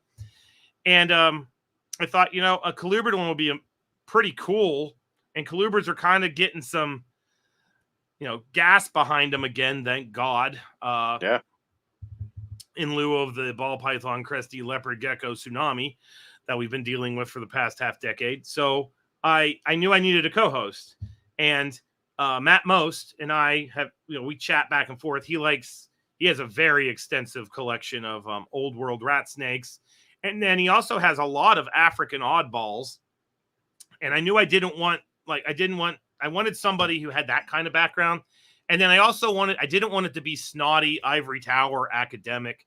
But at the same time, I wanted it to be my kind of nerdy academic where you can kind of geek out and be comfortable, if that makes sense. And so I knew Matt could fill that void. And the cool thing about Matt is Matt has been in herpetoculture for over a decade. Right. I have not. I just came back. So I needed somebody who had a lot of street cred. And the nice thing about Matt and I is that we have similar but different collections. So like at my home, I have somewhere, I never count. My wife and I were talking about this today. I will never count because if I don't count, I don't know how many are there. But it's somewhere between 60 and 100 snakes. Matt has like 300 plus. Yep. It's insane. And he has species that nobody else has. He's established species from imports. He keeps kind of your classic colubrids. I do the colubroids. So we have like similarities, but a lot of uniqueness between the two of us. And then we're interested in different things. So like this coming week, we're going to bring on a garter snake guy, which I'm pumped about because I have a rather extensive Thamnophis collection at home. Matt barely dabbles with garter snakes. Matt brought on Clint Bartley, who did all the black rat snakes and all the morphs and how to keep them and how to breed them. And I have rat snakes, but I don't keep black rats because I can't. So like we have this really cool way of grabbing people. So we're going to be bringing on as many different people over the course of this year as possible. We're going to try not to repeat a taxel group until we've covered the major groupings. It's been good. And I told Eric, I am stealing your format. I actually asked him to give us some of the outlines for the show for like NPR because he makes an outline all the time. And so we have their main questions and those are our questions. And we have an outline just to make sure that we didn't want it to be like totally random, but we don't. The first show we did, him and I, we tried to actually like stick to the outline. And that's when we realized that outlines suck. So what we do now is Matt and I will send an outline back and forth between each other. Usually about 3 hours before we record, to be honest, because he's just as busy as me. And then I bring the outline up here. He has the outline up there. We have our main questions. And then as the conversation's going, we assign questions to each other. And when it's very natural to ask that question, the question's asked. So it's kind of cool that you said we didn't have an outline and it's conversational because we actually do have an outline, which means we're duping everybody. Yeah, it doesn't feel that way. So. Yeah, that's cool. But no, it's a lot of fun. I mean, I have a pretty, taking care of the animals and working with the students is great. But I also said at the beginning of the show, I'm a chair, which means I have to like run my department, which is like, I did not intend on doing that. That's administrative stuff, and that's not necessarily my forte. So there's definitely stress involved with this job. I don't want people to think that I'm just like frolicking around these hallways, taking care of reptiles and teaching the future herpetoculturists of the world. There's definitely a bit of stress. So like having a 2-hour block of time in the middle of the week where Matt and I can come together and interview somebody and just do what we're doing right now, that's pretty cool. So we've gotten a lot of feedback that's been positive. I tell everybody, and so your listeners too, any colubrid you want talked about, like we could have the Zac and Matt show, but we're trying to make it so that we're getting the information out for people on what people want to hear about. So we've had a couple people ask us, like we had somebody reach out and say, beauty snakes, definitely want a beauty snake episode. And so, that's easy for us because Matt does all the old world rat snakes. Matt could do it by himself, but he said, oh no, I've got like 4 or 5 people we could go to. It's like, all right, cool. Right. This garter snake episode is a result of somebody reaching out to me and saying, what about garter snakes? I was like, already got it lined up, but thank you. We're going to pull the trigger early. So, any kind of feedback you can give us, it's great. We have some, we hope to have some, it's really weird because I didn't realize that a lot of people in herpetoculture are starved for like herpetology. Like they want to learn about the snakes, not necessarily how to take care of them, but like the nerdy, like evolutionary history or how things are related. And so Matt and I are definitely going to be doing a couple shows coming up. We're trying to figure out how to keep it interesting and not have it go too nerdy to the point where people are falling asleep. But like, we're definitely going to have a colubrid taxonomy show. Because what a lot of people don't realize is like, I've had a couple people ask like, why do you say colubroid? And technically, like house snakes are more closely related to a freaking mamba than they are to a corn snake. And they're technically in the clade that includes mambas. That's really cool. But most people that don't do the deep dive on the tax don't realize that. And they just call them a colubrid and they think that they're just an African corn snake. And that's definitely not the case at all. So we're going to do some episodes on that. I really want to do a deep dive into colubrid reproductive biology. I hear a lot of people say, one of the things is like, do we really need to brumate these snakes? You see that on forums and things, and like that's a hard yes. Like, you're messing with hormones. If you want, you can get snakes out of an egg, snakes out of an egg. You can get eggs out of a snake without brumating them. If you don't brumate them, though, you cause this horrible cascade of hormones, and you can basically shorten the life of your animal by like a decade. So, and people don't know that. So we're going to have a couple episodes where we kind of take hardcore herpetological science and merge it with herpetoculture. I'm really looking forward to doing that stuff because that's basically what my herpetology class is here. So, but we'll keep it fun and nerdy and all that kind of good stuff. But yeah, no, we're just at the beginning. I think that this is going to be our 5th episode, maybe our 6th, that we're recording this coming week. So it's been fun though. I like it more. It's kind of like I was listening to one of your episodes before I came to get a feel for the show, and I've listened to a couple of them before as well because I like your podcast. But you were saying like how you were kind of shocked at the number of people that have listened. I can flat out tell you, Matt and I are shocked at the number of people who have listened. It's weird. It's a weird crazy. feeling. Yeah. Yeah, no. Because we have like a really bad Facebook page that I put together. I'm horrible at social media. I try. I'm good at my Instagram account because I know I just put up a picture and I write about it, and that's basically it. But like I was kind of using that as our judge as a mechanism of tracking the interest, and we have like maybe 50 likes or 60 likes. And I was like, okay, that's fine, but turns out we've got like hundreds, possibly thousands of people listening to this podcast, and I just can't. Yeah, my brain can't accept that. Like, it's weird. It's a weird feeling.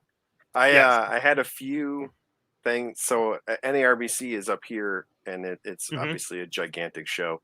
Yeah. And I'm from right down the road from an ARBC, so I always go. Yeah. And my wife and I are involved in reptile rescue around here, so we know quite a few people, but that are from here, right? So Yes. I see them, I know who they are. They say hi, I say hi. You know, we're Midwest nerds, cool. And like this time around, I was honestly just dropping off some isopods for Dominique. I did a lap, saw some stuff, didn't want to spend any money, so then I just dipped out. And even that, people were like, "Oh yeah, lizards, that's cool." Like, knew Yeah. who I was because I look like this, so it's Mhm. kind of obvious what I look like. And it's weird. Like that's Yes. really like I had, you know, I looked at my statistics for my podcast, so I knew I was doing pretty okay. But like, yeah, that's kind of bizarre. I don't know. Yep. It's a weird Absolutely. feeling. Yeah. I feel it too, man. So So we did have a question in the chat of, have you ever worked with Centicolus, the desert rat snakes? we have not worked with Centicolus. Centicolus is on my short list for me. That is actually one of those animals where I look at them and think, yeah, no. The 19-year-olds that don't know anything are not going to be working with the Arizona green rat snakes. Fair. But I, being the colubrid nerd that I am, I've kind of had a renaissance personally with North American colubrids.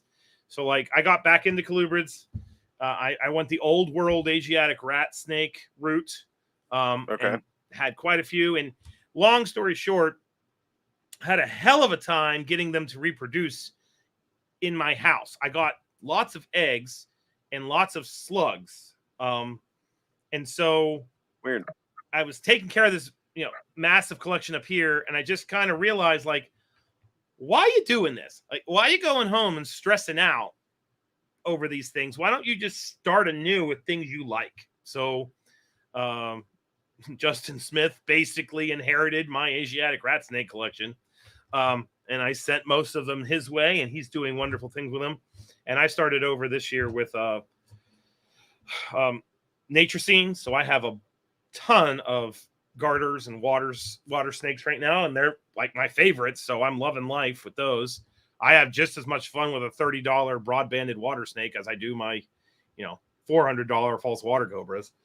And then I've also kind of gotten into the Getula Kings and then the oddball rat snakes. So I don't want corns, and I don't want the black rat group. Plus, I can't keep corns in West Virginia now. They slipped some regs underneath all of us. And I can't keep black rat snakes here, so that does that. So I'm kind of gotten into the other rat snakes is the way I think of them in my head.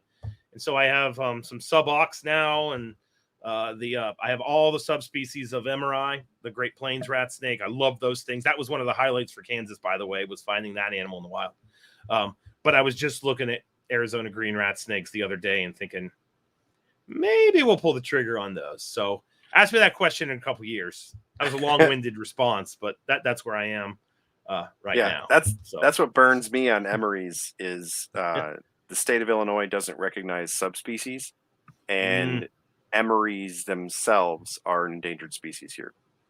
And so my wife and I actually have the permitting to keep endangered species and a whole bunch of other ridiculous things. But they are really specific about numbers limits and things like that. And so if I were to get the different, because I use my collection to teach, I do educational shows. That's my jam. And so originally, for quite a long time, I was teaching how biomes change across the United States, and I was using king snakes. And so, we start out with stripy California all the way to speckly Florida, and then I would show in between. And with it being an endangered species in Illinois, and the Emerys and all of their subspecies, they're really divided in that same way. And so I was like, this is great. I'm going to get the endangered one. You do the permit. You can have one. No big deal. And then I do all the rest of these that are not, because they're from all these different places. And I went and talked to the folks from Natural Resources, and they're like, yeah, we don't recognize that. So no. I was like, all right, well, that just shot that in the face. So that's done. I'll just use king snakes forever. And now rat snakes, even though apparently they're all the same thing. But no, so that was same way. Like I've used North American colubrids in that manner for a really long time, just because it's perfect. Like the scattered biomes of North America are very obvious in the snakes that inhabit them. I mean, it makes it great. Yeah. So you talked earlier about teaching. Geez, a lot about teaching. No, you talked earlier about writing, and you were doing the complete hognose. Now you have talked before about a whole variety of dipsadids. Yes. Is that stuff going to be included in that book, or is that its own? That's a funny story. Oh, okay. So initially I had a contract with Eco to write the complete crested gecko of all things. I talked with Bob Ashley. I said, I got to write a book. I've got all this experience with cresteds. And then I basically worked real hard to get that contract. And then I realized, no offense to crested geckos, but I just did not want to write a book that was going to be utterly demolished by the crested gecko community when I didn't have like every freaking morph phenotype, blah, blah, blah. So I went to a conference at the Cherokee Desert Museum that Bob owns. And I was actually outside with him, just bullshitting. And I said, I don't really want to write that book that I worked real hard to get that contract. I'd really like to do a snake book. And then he said, well, what are you interested in? I was like, well, I'm really, I like false water cobras. I like Barron's racers. And then, and hognose snakes are in that group. And he said, oh, I really want a hognose snake book. And I was like, oh, I'll do it if I can include the other ones. So we kind of had this like back and forth where I didn't want to necessarily just write a hog book. I wanted to include these other South American dipsadids. And so we agreed to it. So the initial contract was for the complete hognose snake and its allies. That's what it was going to be called. And so I thought, all right, I'll write the allies part first because that's super niche and I can learn how to write a book with that. So that's what I did. And then I got done writing. I was like, holy hell, this is like its own book. So I talked with Bob and I understand why. Bob was like, I don't know if I necessarily want to publish that book. I can get you hooked up with the Edition Chimera people, but I still want that hognose snake book. So I told him, like, all right, well, here's what we're going to do. I'm going to finish this dipsadid book because it's a passion project of mine.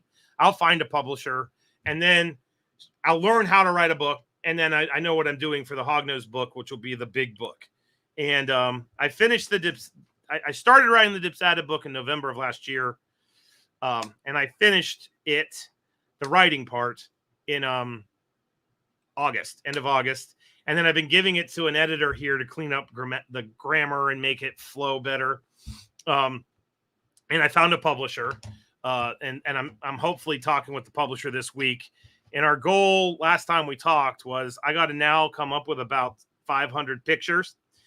So one of the cool things about that Kansas trip is while I didn't find the hognose snake, I certainly learned how to use my camera properly because we found like over 100 freaking snakes and lizards and everything else. And I got that thing dialed in now. So the goal is to get this dipsadid book done. And hopefully by like early summer, it will be available. And I'm super excited about it. It's a great experiment.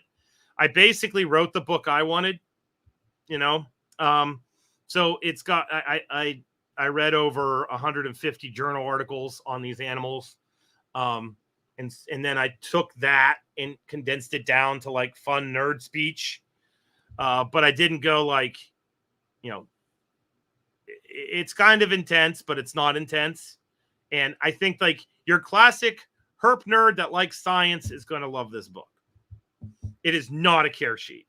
That is for damn sure. Each chapter is about 30 pages, single spaced, size 11 font. So it's like dense, but, there's a chapter on, Musaranas, Boiruna, Maculata, and Samophis, which are the, Brown musaranas, nobody knows they exist. They're really cool snakes. Barron's racers, so Phylodryas and all their relatives, they have a chapter. The tricolor hognose snakes, they have a chapter, which is pretty cool. Obviously, false water cobras have a very large chapter because they were the inspiration for me to get into the whole group. And then I picked a group that should get a lot more credit than they do, which is this genus of snakes. It used to be the genus Lyophis, and then there was a paper that kind of lumped Lyophis in with this very small group known as Erythrolamprus. But those snakes are fantastic. They're small. They adapt to captivity readily. They're colorful, and their care is almost identical to North American water snake or garter snake. Sorry. So there's that, and then there's an introductory chapter which basically answers the question that a lot of people ask, which is, what the hell is a dipsatid? Because like nobody uses that word, and I knew if I didn't tackle that right in the beginning, people wouldn't understand it. Right. So I go into like why they're cool. Like the whole point of the chapter is just these things are freaking awesome, and here's why. And so and a common theme through the book is taxonomy. So there was a pretty well-versed herpetologist in South America that tackled this group of snakes. So there's a lot of what we call tribes. So I didn't shy away from the taxonomy. I went full bore into it because I think too often in herpetoculture we go, oh, those damn taxonomists, and then don't understand that those damn taxonomists are doing an awful lot of work to come up with the taxonomic hierarchy that we then trash on and know nothing about. Right. So, and I'm a taxonomist too. A lot of people don't realize that with the crayfish, I've named 15 species of crawdad. So I totally understand lumper versus splitter and what is a species and what, how to group things and where genetics come into play. And I thought I could potentially like do some good and maybe have a primer for that in this book so that when people get it, they can learn how to interpret things. So when they bitch about black rat snakes all being lumped together, they might actually read the paper and be like, oh, that's why he did that. Not that I necessarily agree with it, but based off the evidence that they had, that was why they came to the conclusions that they did. So like, right. But no. And so I did that. And now the hog book, the whole reason why I went to Kansas was I wanted to get out into their habitat because there are a couple really good hognose snake books that exist already. But none of them to date have tackled the biology of hognose snakes. And in reality, there isn't really anything that's tackled and kind of amassed all of what exists, the biology of hognose snakes. So keeping in line with the complete guide series, which I freaking love, there's going to be a massive biology and ecology of the genus Heterodon. Like that's the first chapter. There's going to be a chapter on taxonomy and systematics. And I realized that there's going to be a large contingent of people that when they get this book in their hands, they're like, yeah, no, I just want to see how to breed them and push that all to the side. But I think there's also going to be an equal number of people who are like, what the hell? I'll learn about these things. And then they might actually realize like it's the thing that makes a hognose snake is not the fact that there are memes that have top hats and monocles. The thing that makes a hognose snake badass is how crazy they are in their ecology. And I don't think people, respect that ecology or even know that ecology. So that's one of the big things I'm going to do with my book is just cram it in every orifice the book has. And that's a fun mental image. So there you go. I like it. It. So when are we going to do the group herp trip so you can get your South America pictures? I will do that any day. It's really funny because the one, and I say this in the introduction to the Dipsatid book, is like, I've never been to South America. This is I'm not pretending to have any field experience. I took the pre-existing lit and I did a great big lit review and I digested it down so that, it was enjoyable. But there is an element for that effort where I'm like, son of a bitch. Like, I just wish I could have stood in the Chaco, given that I wrote all about it, or the Cerrado, or the Pampas grassland, like that. So, like, no, northeastern Argentina, and southwestern Paraguay, along the Paraguay River. Damn near every reptile that I love to death right now lives there. So like that is my first international herp trip. That's where I want to go. So more the merrier, man. And Mike Pingle, who does the So Much Pingle or the field herping podcast, they actually went to Paraguay. They like slid in there, and the timing of that was amazing. I was going through my Instagram feed one night, and I don't know his real name. His Instagram handle's Crawdad Jake, and I'm like looking, and I'm like, is he holding a tricolor? Like those are woods behind him. Like, and I messaged him immediately, and he was like, "Oh no, we're in Paraguay right now." My head damn near exploded because I was writing about that crap while they were down there. So the fact that they all found the freaking hydrodynasties in the wild, like that's my dream. That has to happen before I die. Everybody talks about Australia, and I'm not poo-pooing Australia, but for me, I have to get to those wetlands because another thing people don't realize is like yellow anacondas. Those are my boids. Like that's my big snake. I have 3 of them at my house right now. They live right there. So like everything lives right there. So no, definitely going to happen. I got to let COVID calm down a little bit. I got to get my I can probably get a grant through my college to go down there, but I got to wait for them to let me do international travel again. Right. But it's happening. I already have plans to do some Zoosci master's theses work with wild false water cobras and compare their, certain aspects of their biology to them in human care as a model of, herpetoculture versus nature. So no, in case you couldn't tell, I've been scheming. So for sure. Anyway. And I did see your picture of your yellow as it was out exploring.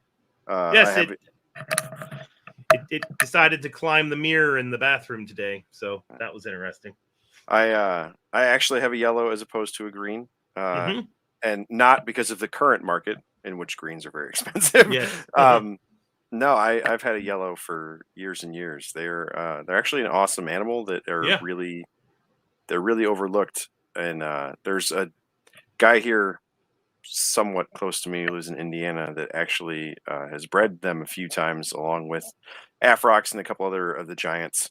And it is, it's kind of to be expected though, right? Because it's proven out in the other giant snakes to see, the things that he's doing and when he interacts with the babies and juveniles and stuff that he's raising up of captive bred animals, like it's night and day. It's like retics you see now as opposed to the monsters that came in back in the day with all their horror stories. It's so different. It's amazing.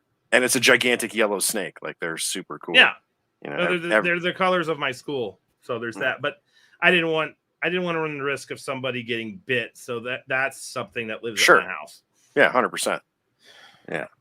It's for us, they're a display. And I use that as a teaching point when I talk about anacondas, and it's honestly a teaching point for us because I talk about when federal laws were being made and they banned yellows and didn't ban greens.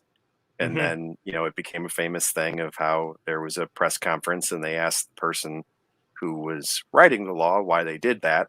And they didn't know that there was a difference. And, I've done several ecology lessons. I've actually taught using those type of lessons at museums and some fairly major institutions that were just as blown away as all the rest of us dorks that don't have a degree. That some folks who made some laws might not have known that when you write down a Latin name in the law, it's very important. So it's a really good teaching point and a super cool snake. Mine's a little bit anti-human, but not too bad. The big female that I have is not. She'll get kind of upset if you manhandle her too much. My male is he lives up to the reputation of yellow anacondas, and that's all I'm going to say. Yep. And then I have a little female that's growing up, and she is just a pure demon. Socializing with her it's just obligatory bloodshed. So anyway, though snakes like that, and which is funny because of course, keep bunches of lizards and stuff as well. And anacondas and womas, and I've never dealt with blackheads, but the rumor mill on those is they do the same thing. When they do the face rub Yes. and then turn and bite, Bam. my woma does that. My yellow does that. They just do, you know. I have really, other than like all anacondas and all womas and all blackheads do that.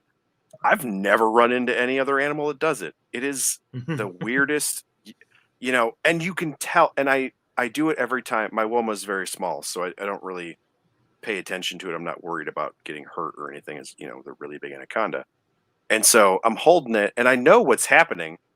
Yes. And every time I'm like, "Don't rub your face on me like that." Oh, and you get that little pinch. Yep. I'm like, I knew you were gonna do that, and I still just, I don't know. You're tiny. I know so exactly what you're talking about with the womas.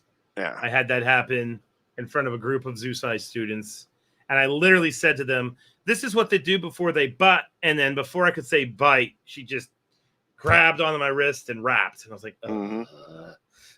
So yeah. Nope. Okay, man, we're cruising past 2:20, so I'm gonna let you go since it's a Sunday night. Excellent. This was awesome, and I am really glad you came on. And I'm glad that folks, because I have obviously heard different facets of your story and heard you do some interviews and stuff before, but I'm really glad folks got to hear how it came to be for you going way off the beaten track of herps to now being so far back into it to be writing books and doing the things that you're doing. I'm really glad that folks got to hear that. So I appreciate you coming on. Well, I loved being on. This was a fun one. So anytime you want me back, just, you know where I'm at. For sure. So, and fire off a message. Folks that are listening to the episode as opposed to watching us live, in the comments on the Facebook post that will come up for the episode, and also in the show notes, I will put links to Zac's podcast and then all the social media handles and things like that, so that you guys will be able to find it. So if you are coming to the podcast as a listener, when you go to Spreaker or download it wherever you download it for your show notes, all of the links to his stuff will be in there. So awesome. All right. Really appreciate you, man. Yeah. Thank you much. This was great. For sure. Okay. Night. Night. All right. That was episode 24. That was awesome. I'm really glad that he came on. You heard us say a couple of times that we're in different group chats and stuff. And this kind of kept on the trend of folks that I find through my friends and I find through other folks in the industry who they do cool things and they keep cool stuff, but a huge crux of someone coming on to talk to me or for someone to refer them to come talk to me is they're always good people, man. They have a cool story, or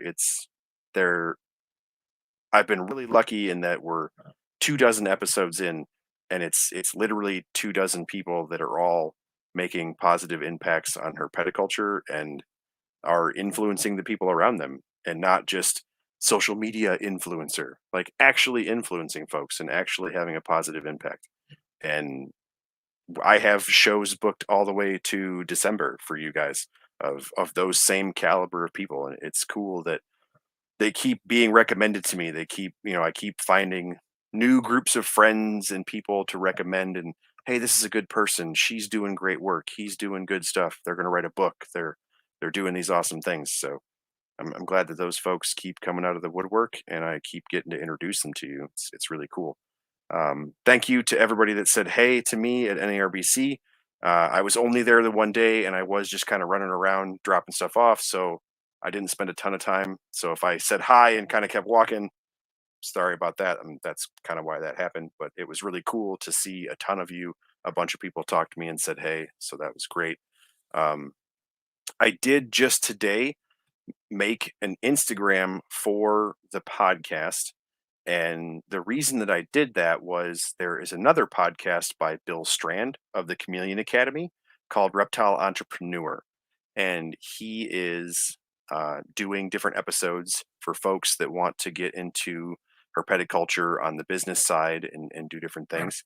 And he actually just had Eric and Owen on for Morelia Python Radio and was talking about how folks start podcasts and do things because during COVID, lots of people started podcasts. Morelia Python Radio evolved into a network. Herpetoculture Podcast obviously is a herpetoculture network now because I'm a part of that. And listening to Bill talk, he's been super successful. For lizard nerds who listen to me, the Chameleon Academy podcast is fantastic. I listen to that all the time. It is a very niche group of lizards, and he is one of the best at it. So I highly recommend him. But what he is doing on the Instagram for his new podcast is with IGTV, you can post. So, like, I could post this episode on IGTV. And so, if you went to Instagram, it would just be a different way for folks to access the episode.